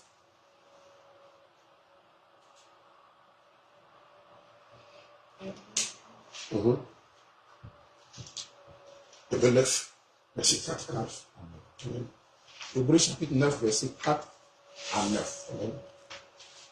Renfermant l'encensoir d'or pour les parfums et l'arche de l'alliance entièrement recouverte d'or.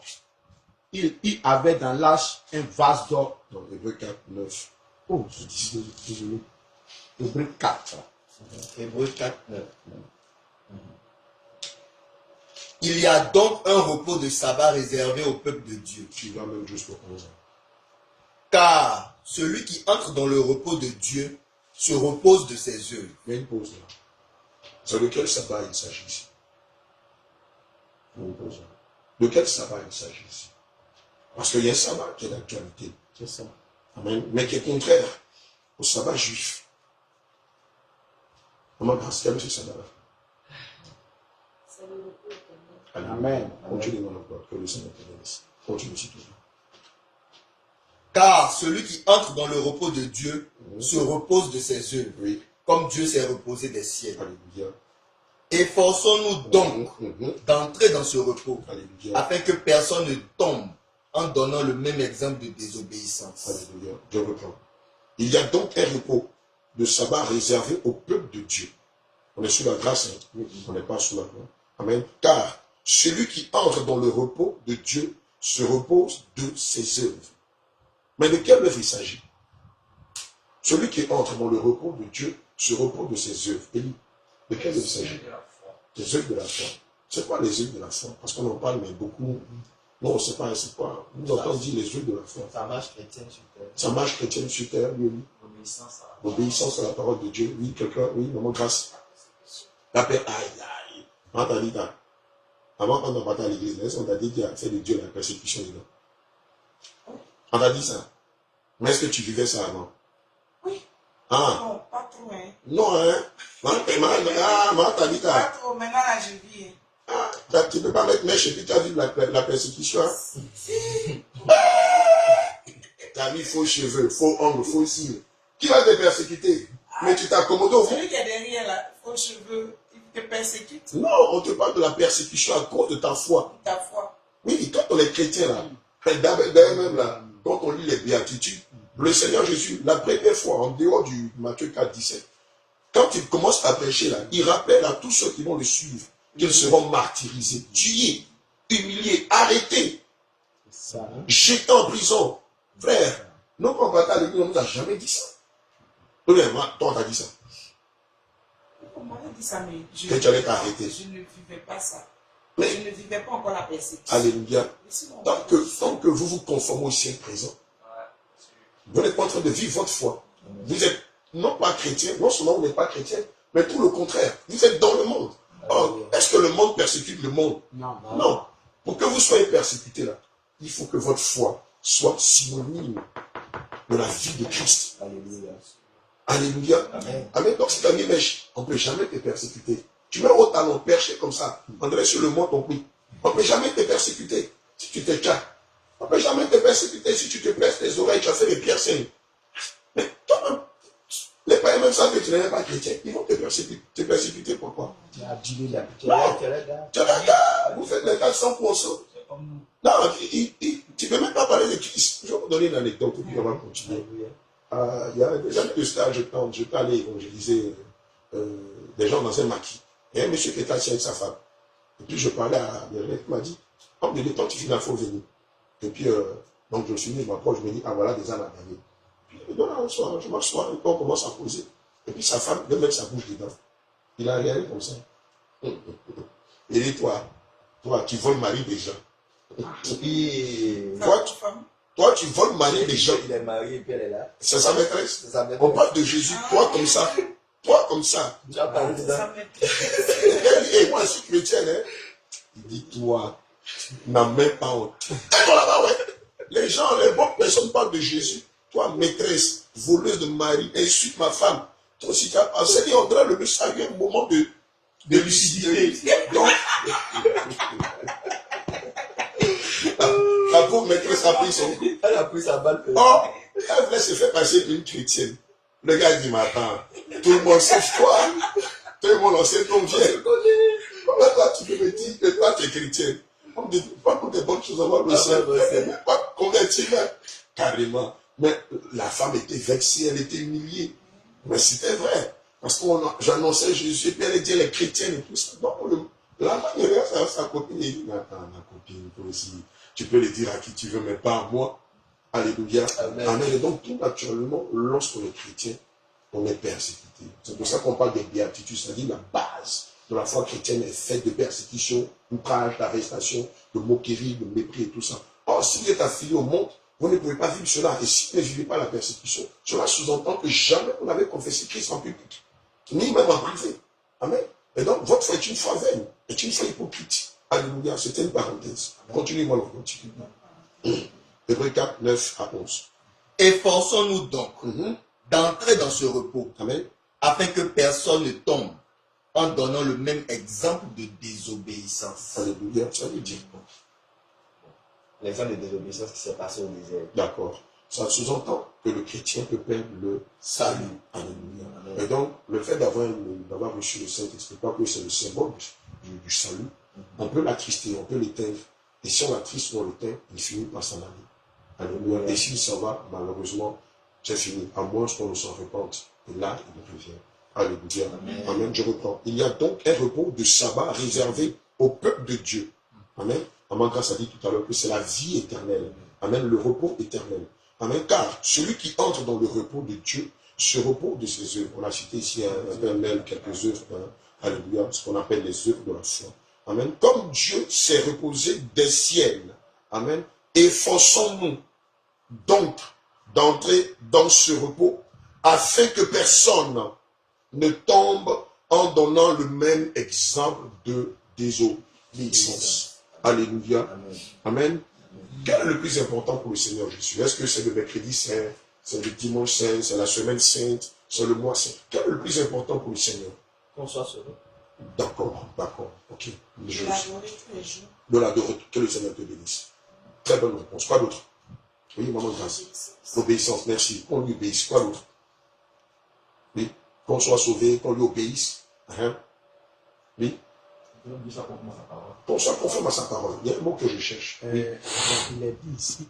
Puisqu'avant, il y avait le mercredi saint, il y avait le jeudi saint, il y avait le sabbat saint, la semaine sainte. On l'adore chaque jour. D'accord, qu'on l'adore. Oui, mais l'adjectif. On est en vérité, c'est ça, mais il y a un adjectif. Si aujourd'hui, le lundi n'est plus le lundi saint, le vendredi n'est plus le On se sanctifie. On se sanctifie. Effectivement, ce que le Seigneur attend de nous, c'est tout ce que vous avez dit là, se résume à un seul mot. On se sanctifie. Amen. Amen. Ça se résume à un seul mot. Donc aujourd'hui, ce que le Seigneur Jésus recherche au travers de ses adorateurs, ce n'est pas qu'on sanctifie un vendredi ou un samedi. Ce n'est pas qu'on sanctifie un mois ou un mercredi. Ce que le Seigneur veut qu'on sanctifie, c'est notre être. Alléluia. L'être. Vas-y. Et ce que je vais ajouter pour cette sanctification, ça ne pas. Il dit, efforcez-vous. Donc, il y a un travail à faire. Effectivement. Parce qu'aujourd'hui, beaucoup disent, non, bon, puis ça, tout ça, on a pris rien à faire. Voilà. C'est un piège. Efforçons-nous. Amen. Donc, pour la sanctification, il y a un travail à faire. Donc, le mercredi de cendre, c'est une doctrine de démon. Le sabbat, c'est une doctrine de démon. Ah oui, c'est la vérité, n'est pas. C'est une doctrine de démon. Parce que le Seigneur a annulé cela. Donc, celui qui se soumet encore au sabbat est en train d'appliquer une doctrine de démon. Et il est tenu d'appliquer toute la loi. Alléluia. La loi de la jalousie, la loi du talion. Amen. Vous connaissez la loi du talion, non? La loi, vous connaissez la loi de la jalousie. Amen. Tu as des doutes sur ton mari, tu l'amènes, on lui donne le copo. Et puis s'il offre, c'est qui t'a trompé. C'est l'eau, les eaux amères. Les eaux amères. Au pays là-bas, on appelle ça copo, mais dans la parole, c'est l'eau amère. Effectivement. On lave des choses. Même, tu as des doutes sur ta femme, tu l'amènes devant les sacrificateurs, on lui donne du copo. Amen. Si elle sent, c'est qu'il y a une trahison. Et qu'elle sèche, tous ces membres sèchent, le ventre gonfle. Alléluia. Amen. Et tant qu'elle ne se répand pas, mais tant qu'il ne se répand pas, il peut mourir. Amen. Donc, si on doit appliquer le sabbat, on va appliquer la loi de la jalousie. On va appliquer aussi la loi sur la naissance. Quand tu es un garçon né, tu nais, les sacrifices qu'on doit faire, le nombre de jours, la circoncision de l'enfant au 8e jour, le 30e jour. On doit faire des rituels pour le garçon, la fille, c'est 60 jours après. On va respecter tout ça. Il va falloir aussi trouver les sacrificateurs des Lévites. Il va aussi falloir trouver la tente d'assignation. Vous retrouvez les Lévites là. Ils se retrouvent même plus dans le monde. Mon cher, il y a des fous là qui se font qui disent que ce sont les Lévites. Toi, les sur YouTube, tu vas voir. Il y en a les habits, ils portent les formes, ils mettent les 12 pectoraux là. Et puis, ils font les sacrifices de moutons. Il y a toujours des fous qui sont là pour faire des bêtises comme ça. Alléluia. Donc, il va falloir trouver la tente d'assignation. Amen. Et chaque fois que tu pêches, allez à l'abattoir, acheter un veau, et puis emmener au sacrificateur. Bon, imagine à l'année, si tu pêches 1 million de fois, imagine le nombre de veaux que tu as payé, 1 million de veaux. Mais à la longue, là, tu vas t'épuiser financièrement. Quand ton année est finie, tu n'as plus de pardon. Amen. Alléluia. Donc, l'essentiel pour le Seigneur Jésus, ce n'est pas qu'on sanctifie les jours, mais qu'on se sanctifie soi-même. On peut le lire en Hébreux 12, 14 ou en 1 Thessaloniciens 5, verset 22. Ou dans Lévitique 20, verset 26. On va lire ces 3 passages-là. Amen. C'est ce qui est important pour le Seigneur Jésus. C'est le plus important pour le Seigneur Jésus. De non pas sanctifier les jours, de non pas dire que mercredi saint, vendredi saint, ça va, non, ça c'est fini, ce n'est plus d'actualité. Hébreux 12, 14. Amen. Recherchez la paix avec tous. Amen. Et la sanctification, sans laquelle personne ne verra le Seigneur. Alléluia. Amen. Et donc, le primordial pour le Seigneur Jésus, c'est que nous nous sanctifions. Oui. Lévitique 20, verset 26, ou 1 Thessaloniciens 5, verset 22. Lévitique 20, 26. Je lis la parole. Vous serez saints Amen. pour moi, car je suis saint. Moi, l'Éternel, Amen. je vous ai séparés des peuples afin que vous soyez à moi. Amen. Amen. Alléluia. Reprends le passage dans notre s'il te plaît. C'est important. Lévitique chapitre 20, verset 26. Amen. Vous serez saints pour moi, Amen. car je suis saint. Moi, l'Éternel. Même pause là. C'est quoi? Il est en train de plaider. Il marchande. C'est un ordre. C'est quoi? C'est un ordre. L'Éternel est en train de donner l'ordre. Et donc, tous ceux qui vont se soustraire à cet ordre-là, viendra-t-il d'eux? Il tombe sous le coup de la loi. Ils tombent sur le coup. Effectivement, c'est ça. Mais tous ceux qui vont se soustraire à ça. Amen. Alléluia. Et donc, ceux qui continuent de dire que le principal pour eux, c'est de, comme on le voit chez les musulmans, il y a un mois saint. Et pendant 30 jours, ils vont se priver de nourriture. Mais ils n'ont rien compris à la parole de Dieu. Le but du Seigneur, ce n'est pas de sanctifier un mois. D'ailleurs, même, ce n'est même pas saint. Parce que c'est ce jour-là même qu'ils font beaucoup plus de bêtises. C'est la vérité. J'ai vu un documentaire, et nous-mêmes, on en a été victimes quand on était dans le monde. Un documentaire qui dit que dans les pays arabes, c'est pendant le mois saint que l'impudicité atteint son seuil de non-retour. Je le dis à ma propre honte. Quand on était plus jeune, à l'époque des vidéoclubs, là, voilà, et aussi des CD. Mes potes et moi, on était allés louer un CD pour adultes. Et quand on allait dans le magasin, on demande, pendant la période du jeûne, on demande un CD pour adultes. Celui qui doit les CD, là, nous dit, il n'y a plus de CD, hein. Revenez après la tabaski. On dit, ah, mais pourquoi? Et il dit, mais tous les jeunes musulmans ont loué tous les CD. Quoi? Il dit, parce que sur le vidéoclub se trouvait dans un quartier musulman. Il dit, tous les vieux musulmans là, ont loué tous les CD. On a attrapé notre tête. Il dit, c'est pendant la période même de Karim là, que ça marche. Il dit, et j'ai vu des statistiques qui disent que dans le Golfe, la période où l'impudicité atteint son pic, malheureusement, c'est dans cette période-là. Parce que l'événement, le fait de sanctifier un mois dans l'année, n'a rien de spirituel. Il est purement charnel. Or, quand une œuvre est charnelle, elle est accompagnée de toutes sortes d'œuvres charnelles. La gaule, les peuveries, la cigarette, l'impudicité, les orgies, tout ça. Parce que Dieu n'est pas là-dedans. Dieu n'a pas demandé à ce que nous sanctifions un mois, une semaine ou un jour. Mais le Seigneur nous recommande de nous sanctifier. Comme lui-même, il est saint. Amen. Voilà, moi, on va reprendre, s'il te plaît. Parce que derrière l'exigence de se sanctifier, il y a une condition, il y a une résultante. Allons-y. Lévitique chapitre 20, verset 26. Amen. Prépare 1 Pierre 1, verset 15 à 16. Vous serez saints pour moi. Regardez, quand on dit vous serez, c'est un ordre qu'il donne à son peuple. Oui, pour qui? Pour qui nous devons le faire? Pour lui, Dieu lui-même. Pour lui, Dieu. Oui, d'accord. Vous serez saints pour moi. Oui. Car je suis saint. Donc, Dieu est saint. Moi, il exige que nous soyons à son image. Que nous soyons saints. Oui. Maintenant, quoi? Je vous ai séparés des peuples afin que vous soyez à moi. Ça veut dire quoi? Je vous ai séparés des peuples afin que vous soyez à moi. Donc, c'est une mise à part. D'accord. Je vous ai donné ma parole. Donc, la résultante de se sanctifier, là, c'est quoi? C'est de marcher conformément à sa parole. Maintenant, le résultat, là, c'est quoi? C'est voilà, avoir la vie éternelle. Alléluia. La première fois, le Seigneur m'a dit, mon serviteur, toutes les femmes qui se sont défrisées les cheveux, qui ont mis des mèches, qui se fardent le visage, qui ont changé la couleur de leur peau, qui ont mis des faux ongles, qui m'ont dénaturé, ne me verront jamais. Il m'a dit, oui, papa. Il m'a dit, j'ai pas fini, mon fils. Dis-leur, et sache que si une femme, une de mes servantes, met des faux cheveux, met tout ce que j'ai cité, elle ne pourra jamais recevoir mon Esprit Saint.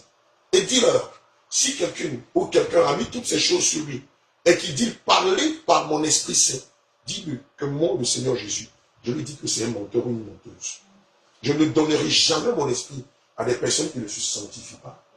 Il dit, mon fils, toutes ces personnes qui sont dans les communautés religieuses, prétendant me confesser, prétendant être prophétesse, et qui ont mis des faux cheveux, prétendant être prophète, et qui ont des dreads, ou qui ont fait des cœurs lits, mon Jésus, je ne parle pas au travers d'eux.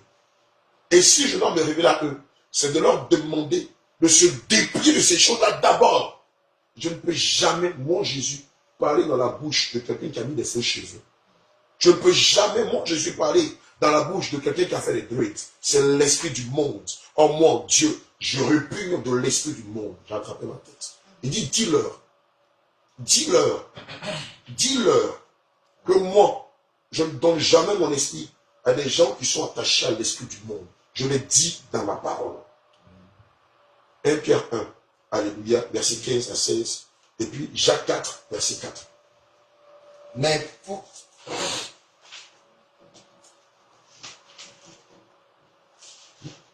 Tu as vu?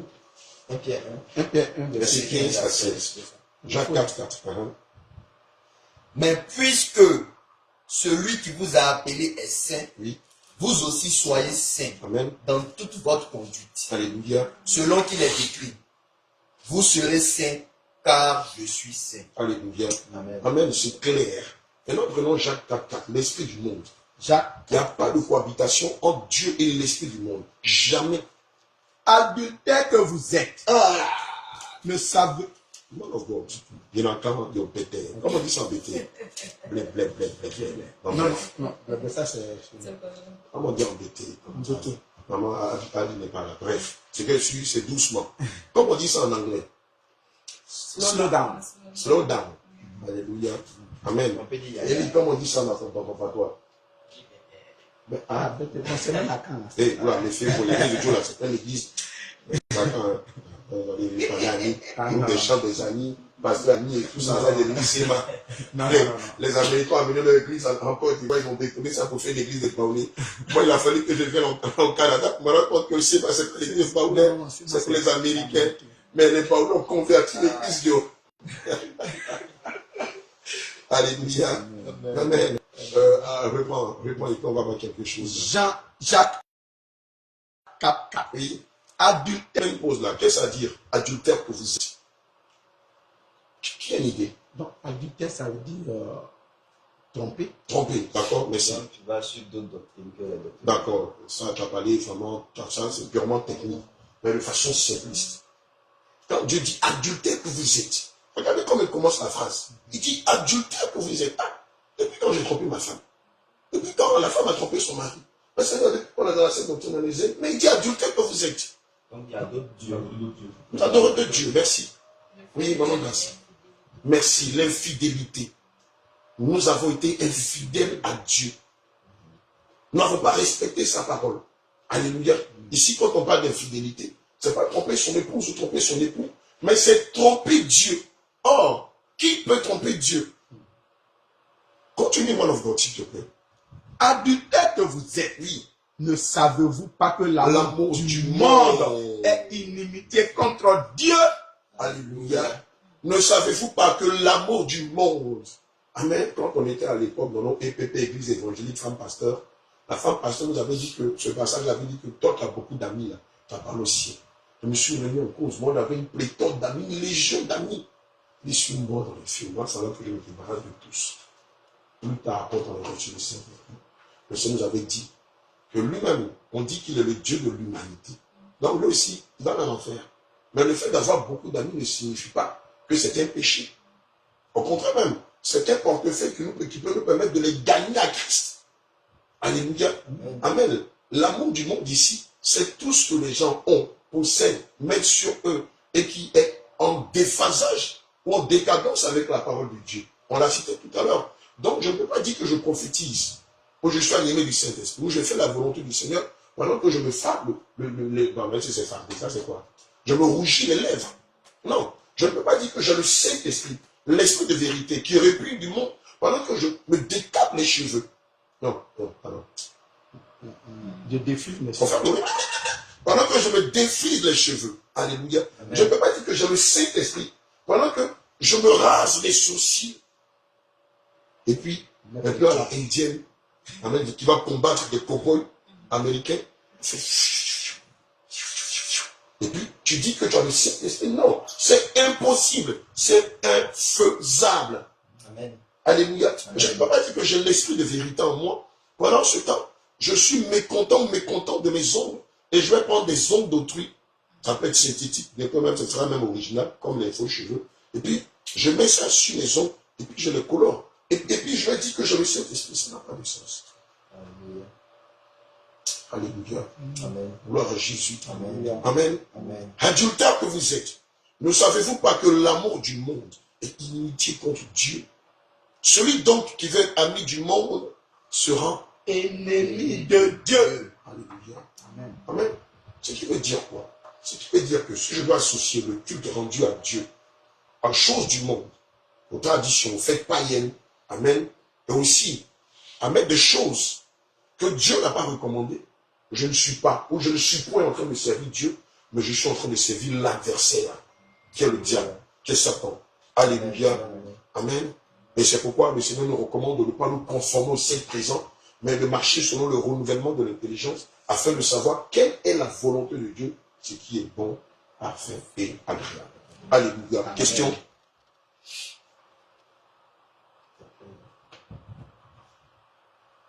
Question sur le sabbat? Vous avez des questions? Alléluia.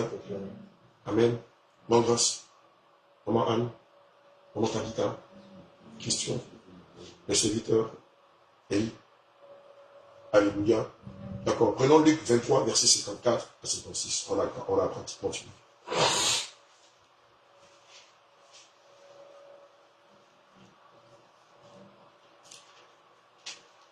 Luc 23. Verset 54 à 56. Il y a un mystère là. Luc 23, verset 54 à 56. Mhm. C'était le jour de la préparation et le sabbat allait commencer. Alléluia. Amen. Amen. Oui, continue. Verset 55.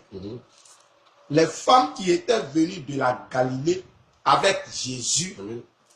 accompagnaient Joseph. Virent le sépulcre et la manière dont le corps de Jésus y fut déposé. Amen. Et s'en étant retourné, Oui. elles préparaient des aromates Oui. et des parfums. Amen.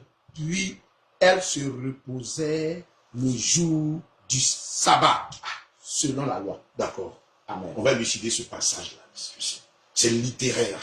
Je vous enseigne que derrière la littérature, amen, on a 4 types d'enseignements. Alléluia. Derrière la littérature biblique, amen, on a la connaissance, on a la prophétie, on a la doctrine, on a la révélation. Alléluia. Regardez ce qui est écrit. C'était le jour de la préparation. Ça veut dire quoi? Préparation de quoi?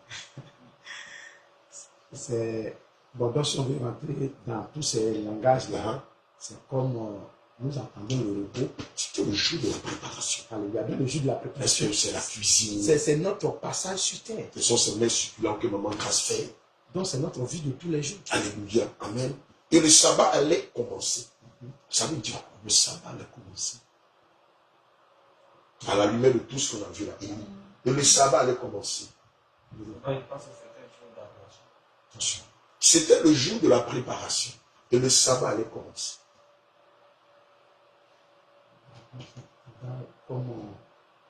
Ici, je parle avec un langage prophétique. Voilà, prophétique. Voilà. Que le Seigneur vous bénisse. Ici, c'est une prophétie. Regardez bien, c'était le jour de la préparation. On se prépare pourquoi? Pour l'enlèvement. Ah, mais tu penses que c'est les vrais grillats que maman Grâce fait? Non, voilà, c'est pour nous faire plaisir, c'est pour l'acheter, c'est pour avoir de la force. Mais cette préparation dont il est question, c'est une préparation spirituelle. C'était le jour de la préparation. Et le sabbat allait commencer.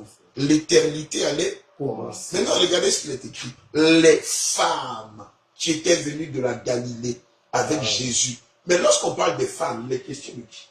L'église de Christ. Et dis-toi, il ne faut plus parler. Il ne faut plus parler. Alléluia. Les femmes, c'est l'église. Maman Grâce, maman Anne, maman Tabitha, Élie. Lorsque le Seigneur nous qualifie de femmes, ce n'est pas femme, sexe féminin, mais c'est son église. Alléluia. Amen. Nous sommes l'épouse de Christ. Amen. C'est pourquoi en Matthieu 25, verset 1 à 13, le Seigneur qualifie son église de 10 vierges. Les vierges sages et les vierges folles. Amen. Mais quelqu'un m'a dit, mais attends, moi j'ai perdu ma virginité depuis qu'on m'a marié. Comment est-ce que le Seigneur me qualifie de vierge? Pourquoi il me qualifie de vierge? Acclame le Seigneur de Dieu. La purité, la virginité, la pudeur, la simplicité. Amen. Quelque part, quand on lit les livres d'Apocalypse, la Bible dit, elles n'ont point connu d'homme. Amen. Ou ils n'ont pas couché avec des femmes. Frère, tu es marié, non? Comment le Seigneur Jésus dit que toi, tu n'as pas couché avec des femmes? Mais non, il ne faut pas comprendre ça de façon littéraire. Il y a un sens profond derrière. Alléluia. Les femmes qui étaient venues, les femmes, c'est l'église de la Galilée. Hein? La Galilée, on va dire, c'est du monde entier. Avec Jésus accompagné Joseph, virent le sépulcre et comment le corps de Jésus était déposé.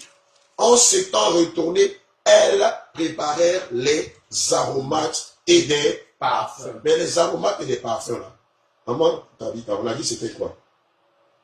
Petite interrogation. Petite interrogation. On avait dit que c'était nos prières. Alléluia. Amen. Alléluia. Elle préparait des aromates. C'est notre vie de sainteté. Les prières, pardon, les parfums, ce sont nos prières.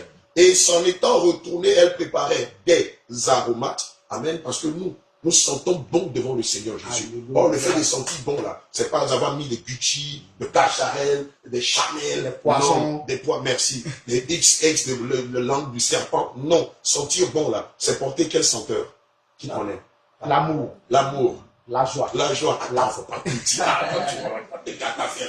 Oui, c'est participatif. Quel parfum encore? La fidélité, bon parfum. C'est ça les aromates. En général, une vie de sanctification. Oui, maintenant il faut donner les détails. Hein? Oui. La bonté. Oui, la bonté, voilà un parfum que tu dois sentir. Oh, tu es bon, hein? Elle est bonne de cœur. Le Seigneur dit, ma servante sent bon. Le Seigneur n'est pas en train de dire que tu as mis du Gucci. Ce sont tes œuvres. La bonté, oui, quoi encore? Quel parfum? Quel aromate? La soumission. La soumission, oui. Quel autre aromate? L'obéissance, non. Voilà le parfum, oui. Quel autre parfum? Caméraman, tu peux intervenir aussi. Trop facile. Là, l'humilité, voilà un parfum que tu dois sentir. Humble de cœur, humble, soumis à la parole de Dieu, comme un enfant. On va pas te dire non, enfant, mais pas, on va te dire non, c'est contesté. Tu n'es pas humble, tu n'as aucune humilité, tu es orgueilleux. Le monsieur, Dieu, il a créé sa parole, il a créé sa parole depuis des millénaires. Toi, tu es arrivé avant-hier ici, là, 30 ans de vie, 40 ans de vie, 50 ans de vie, tu discutes avec Dieu, tu n'es pas humble. Tu connais rien. On te dit, voilà ce que Dieu a dit. Et il a dit là, c'est pour le salut de ton âme. Tu dis, tiens, moi je ne suis pas d'accord. Ça là, la femme, pantalon pour femme, oui, c'est écrit où? Parce que nous, on a vu que c'est écrit degré de pantalon là. Ça a commencé à Exode 28, verset 48. 41 à 43 en descendant. Mais toi, tu dis non, c'est pas Dieu écrit sa chose, il inspire. Et puis toi, un petit atome, tu contestes avec Dieu. Bon, toi, tu comptes sur quoi? Parce que lui là, il a l'éternité en ses mains, il a ton souffle. Mais toi qui contestes avec Dieu là, tu ne sais pas rapport à quoi. Ton oncle est président, il est ministre, le colonel, c'est une autorité, il faut qu'on sache. Peut-être que lui, si tu meurs, il est capable d'aller prendre ton âme entre les mains du Seigneur pour te faire sortir. Alléluia. Allons-y. Quel autre parfum? Quel autre aromate? La patience. La patience, merci, oui. La vérité, oui. La douceur, merci là-bas. Oui. La tempérance. La maîtrise de soi. La maîtrise de soi, oui. La persévérance. La vérité. La vérité, merci. Alléluia. Donc voici des aromates. Bon fait. Tu ne dois pas sentir du Gucci. Tu ne dois pas sentir du Chanel. Mais voici le type d'aromate que tu dois porter sur toi. Amen. Et les parfums, ce sont les prières. Alléluia. Amen. Et donc, elles se reposèrent le jour du repos. D'accord. Maintenant, la grande question. Le sabbat, là, c'est l'éternité qu'on va vivre au ciel, ou bien c'est le paradis qui sera sur terre. Bon, moi, je voulais poser la question. Parce que le millénaire faisait... Bon, le millénaire... Voilà, qui fait un bilan. Qui fait un bilan. Donc, je me suis demandé si c'était... Ok. Parce que, donc je pense que le repos, ça sera l'éternité. Puisque après le millénaire, quand on lit dans Apocalypse, voilà, Satan va revenir encore et puis après ça finira le jour. D'accord. Amen. Ésaïe 66, verset 22. Voici la réponse. Amen. Voici la réponse du sabbat. On dit quoi? Le repos éternel. D'accord. Est-ce le millénium ou est-ce le paradis? Verset 22. Amen. On termine là.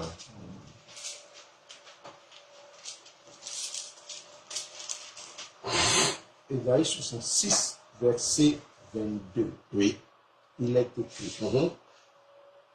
Car, comme les nouveaux cieux et la nouvelle terre que je vais créer subsisteront. Donc, ça a été créé. Oui. Ça a été créé. Non, regardez bien, les gars. Que je vais créer. Non, non, c'est pas pour créer. Ça n'a pas encore été créé. C'est les nouveaux. Maintenant, ça va être créé pour qui? Pour nous. Les gars, pourquoi vous hésitez? Vous pensez que ça a été créé? Ah, les gars. Banane, on est fait sur la terre. Vous pensez que c'est pour faire quoi? C'est ça, c'est pour ça. C'est pour ça. Alléluia. Le parlement of God, s'il te plaît. Car, Ésaïe 66, verset 22. Car, comme les nouveaux cieux et la nouvelle terre que je vais créer. Donc, ça n'a pas encore été créé. Mais avant que ce soit créé, qu'est-ce qu'il faut qu'il y ait? La destruction de la terre. La destruction des cieux. Amen. Allons-y. Subsisteront devant moi, dit l'Éternel. Alléluia. Aussi subsisteront votre postérité et votre nom. Donc, c'est une prophétie. Amen. Et donc, nous allons vivre le sabbat ici sur la terre. C'est ce qu'on appelle le paradis. Amen. Ma petite, ça va? Une petite question. D'accord, vas-y. Non, vous répétez. Vous avez dit le sabbat, vous dites le paradis sur terre. Bien sûr. Amen. Amen. Lors de l'enlèvement, l'épouse de Christ va rester pendant 1000 ans dans le ciel. Après les 1000 ans, il y aura la guerre d'Armageddon, où le Seigneur va détruire Satan, tout son royaume et tous les êtres humains qui auront fait allégeance à Satan. À la fin de cette destruction, le ciel et la terre seront détruits aussi. C'est ce qu'on a vu dans le livre d'Ésaïe 66. Après la destruction de toute l'humanité, il y aura ce qu'on va appeler une régénération. Amen. La création d'un nouveau ciel ou de nouveaux cieux et d'une nouvelle terre. Et ici, on va vivre éternellement. Donc, on revient à Genèse. C'est pas au ciel là-bas. Non, le ciel, c'est le millénium. Au ciel, on va vivre pendant 1000 ans. Mais après, là, le Seigneur, on le voit dans l'agriculture, non? Avant que le paysan, le plan de nouveaux plans, qu'est-ce qu'il fait? De mettre des graines là. Il va d'abord détruire la terre en mettant quoi? Le feu à la terre. C'est pas ça? C'est la même chose. Amen. Puisque nous savons que ce que nous vivons ici n'est qu'une représentation de ce que nous avons au ciel. Amen. Et donc, avant de détruire la terre, il va d'abord enlever ceux qui lui appartiennent. Ils vont les rester. Parce que si nous on reste qui détruit la terre, on sera détruit. Donc, qu'est-ce que le Seigneur va faire? En Théobo Kachan dit 2 fois confirmation. Alléluia. Merci, ma fille. De temps en temps, quand on parle comme ça, il faut éternuer. Alléluia. Gloire à Jésus. Amen. Et donc, comme dans l'agriculture, avant que le Seigneur ne détruise la terre, il faudra d'abord qu'il est pur. Or, pour la purifier, il faut qu'il sépare ceux qui sont de lui de ceux qui ne sont pas de lui. Et quand il les sépare, il faut qu'il les mette quelque part. Il les met où? Dans le ciel pour 1000 ans. Donc, on vit un paradis provisoire pendant 1000 ans. Après les 1000 ans, après les 1000 ans, lui, qu'est-ce qu'il fait? Il détruit toute la terre. Satan, par le souffle de Scénarii, c'est comme ça qu'il va détruire Satan. D'ailleurs, même dans nos prières, souvent, quand on rencontre Satan, quand on fait ça, il ne peut pas supporter. Toi, tu fais le malin là. Mais non, Dieu, ce n'est pas le souffle de tes narines qui va te détruire. Alléluia, c'est une parenthèse. Amen. Et donc, après que Satan, son armée, c'est-à-dire tous les hommes déchus, toute sa suite, ses enfants, et tous les êtres humains qui l'auront fait à des gens seront détruits. Le Seigneur ne va pas s'arrêter là, puisque la terre était souillée. Amen. Il va détruire toute la terre, les eaux, toute la terre, et même l'humanité sera détruite. Et donc, après, il va reprendre tout à zéro. C'est ce qu'on voit dans le livre de Genèse. Amen. Dieu est si bon. Cette fois-ci, dans ce jardin-là, il n'y aura pas que Adam et Ève, mais il y aura toute la race des êtres humains qui ont servi Dieu d'un cœur sincère.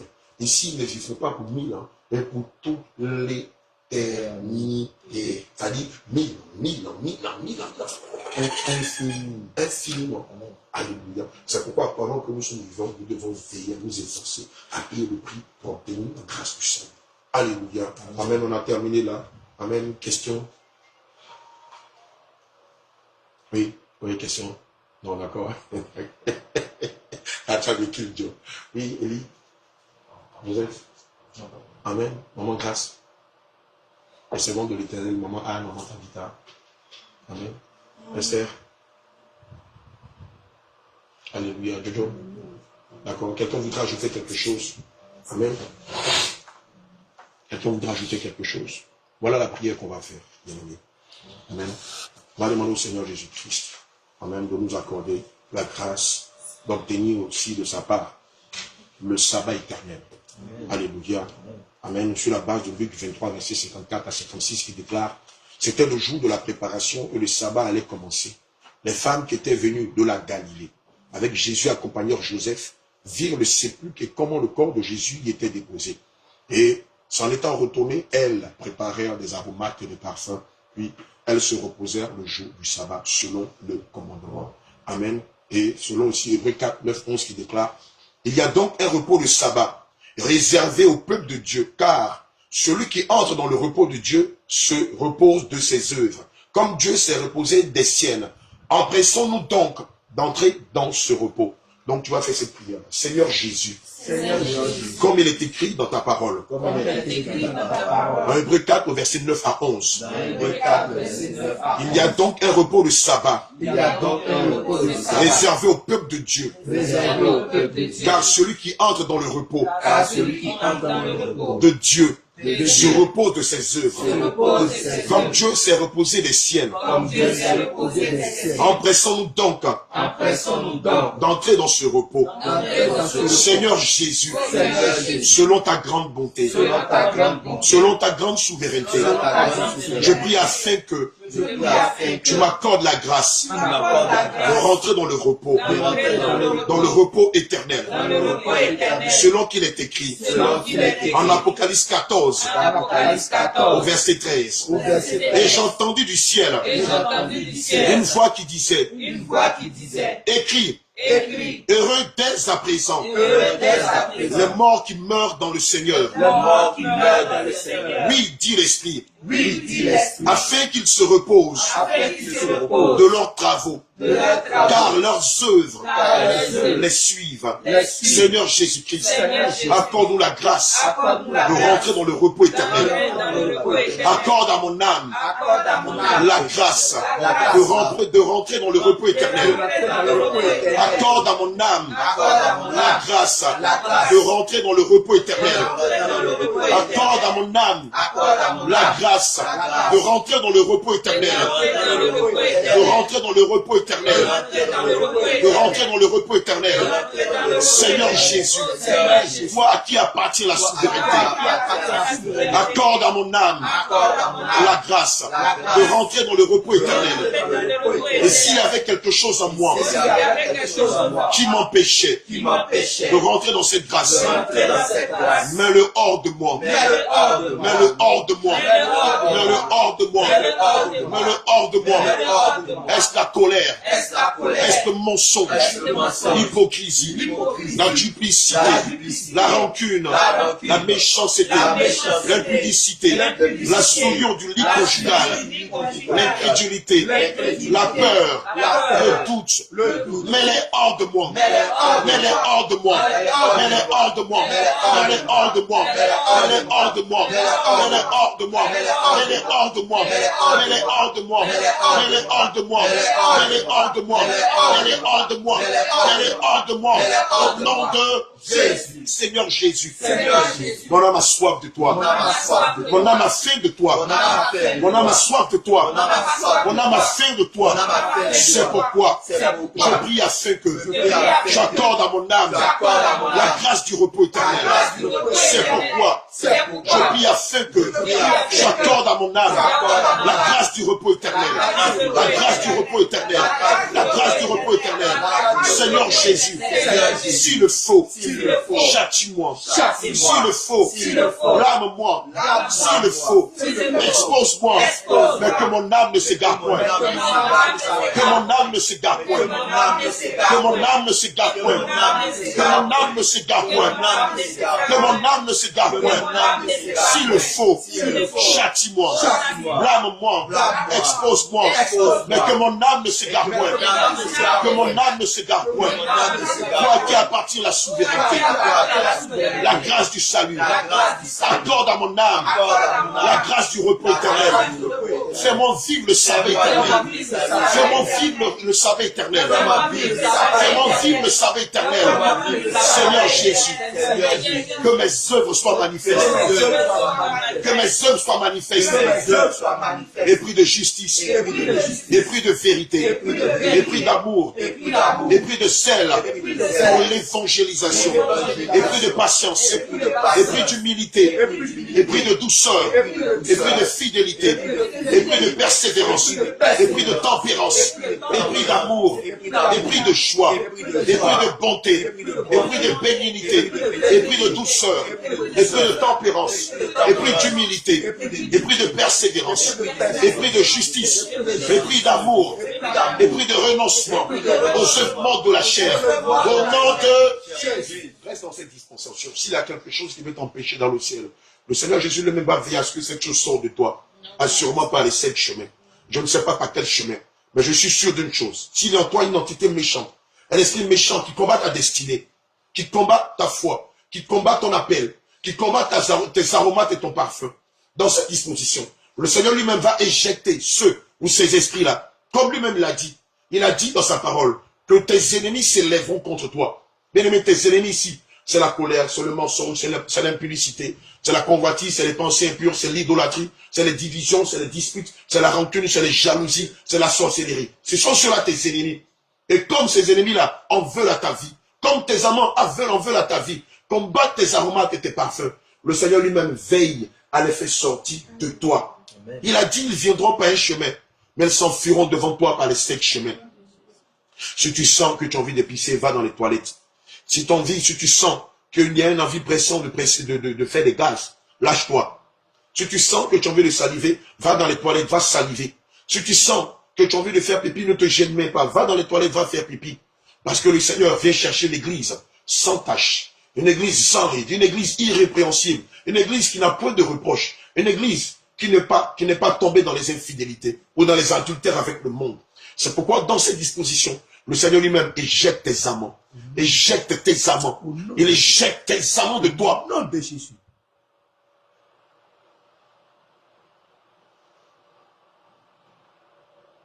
Éternel Dieu Tout-Puissant, mon âme te loue et te bénit pour cette inspiration que tu nous as partagée. Je te dis infiniment merci de nous délivrer de nos amants, de ceux-là qui nous poussent à être infidèles vis-à-vis de toi. Seigneur, je te dis merci parce que tu renouvelles notre intelligence et tu nous donnes de comprendre que le sabbat que tu attends de nous, Seigneur, en ce moment même, c'est de nous sanctifier, esprit, âme et corps. Et le sabbat que tu nous réserves, c'est la vie éternelle. Seigneur Jésus-Christ. Seigneur Jésus.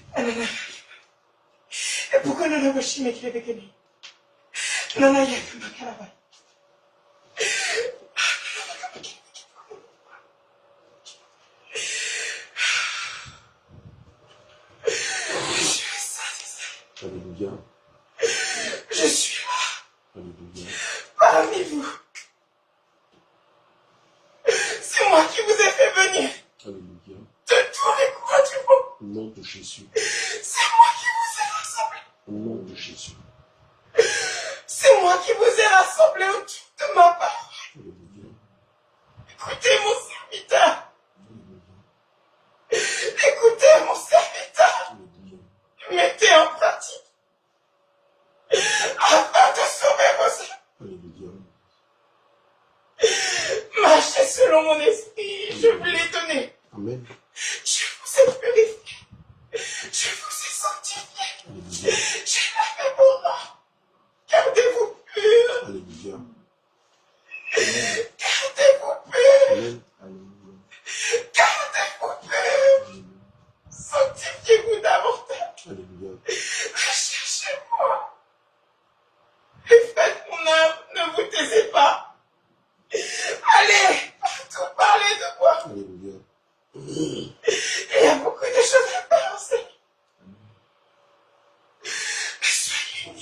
Amen. Aimez-vous sincèrement. Alléluia. Soyez unis. Amen. Aimez-vous. Soyez Amen. Amen. Gardez-vous purs. Alléluia. C'est la fin. C'est la fin. Amen. C'est la fin. Soyez prêts. Gardez-vous purs. Alléluia. Mon serviteur. Amen. Mon serviteur. Alléluia. Tu fais ma joie. Amen. Tu fais ma joie. Tu as réjoui mon cœur. Alléluia. Amen. Amen. Alléluia. Amen. Je suis là. Alléluia. Il y a beaucoup de femmes encore. Alléluia. Mais soyez fermes. Amen. Soyez fermes. Au nom de Jésus. Restez fermes. Alléluia. Je suis le roi. Alléluia. Appuyez-vous sur moi. Amen. Alléluia. Amen. Alléluia. Il est écrit dans le livre de Jacques 2 au verset 22 à 23. Mettant en pratique la parole et ne vous bornez pas qu'à l'écouter en vous trompant vous-même par de faux raisonnements. Car si quelqu'un écoute la parole de Dieu, si quelqu'un écoute la parole et ne la met pas en pratique, il est semblable à un homme qui regarde dans un miroir et oublie son visage. Et qui, après s'être regardé, s'en va et oublie aussitôt quel il était. Mais celui qui aura plongé les regards dans la loi parfaite, la loi de la liberté, et qui aura persévéré, n'étant pas lui-même un auditeur oublieux, mais qui, mettant à l'œuvre, celui-là sera heureux dans son activité. Que toute la gloire soit rendue au Seigneur. Alléluia. Que le Seigneur vous bénisse. Vraiment grâce, vous pouvez retourner à vos activités.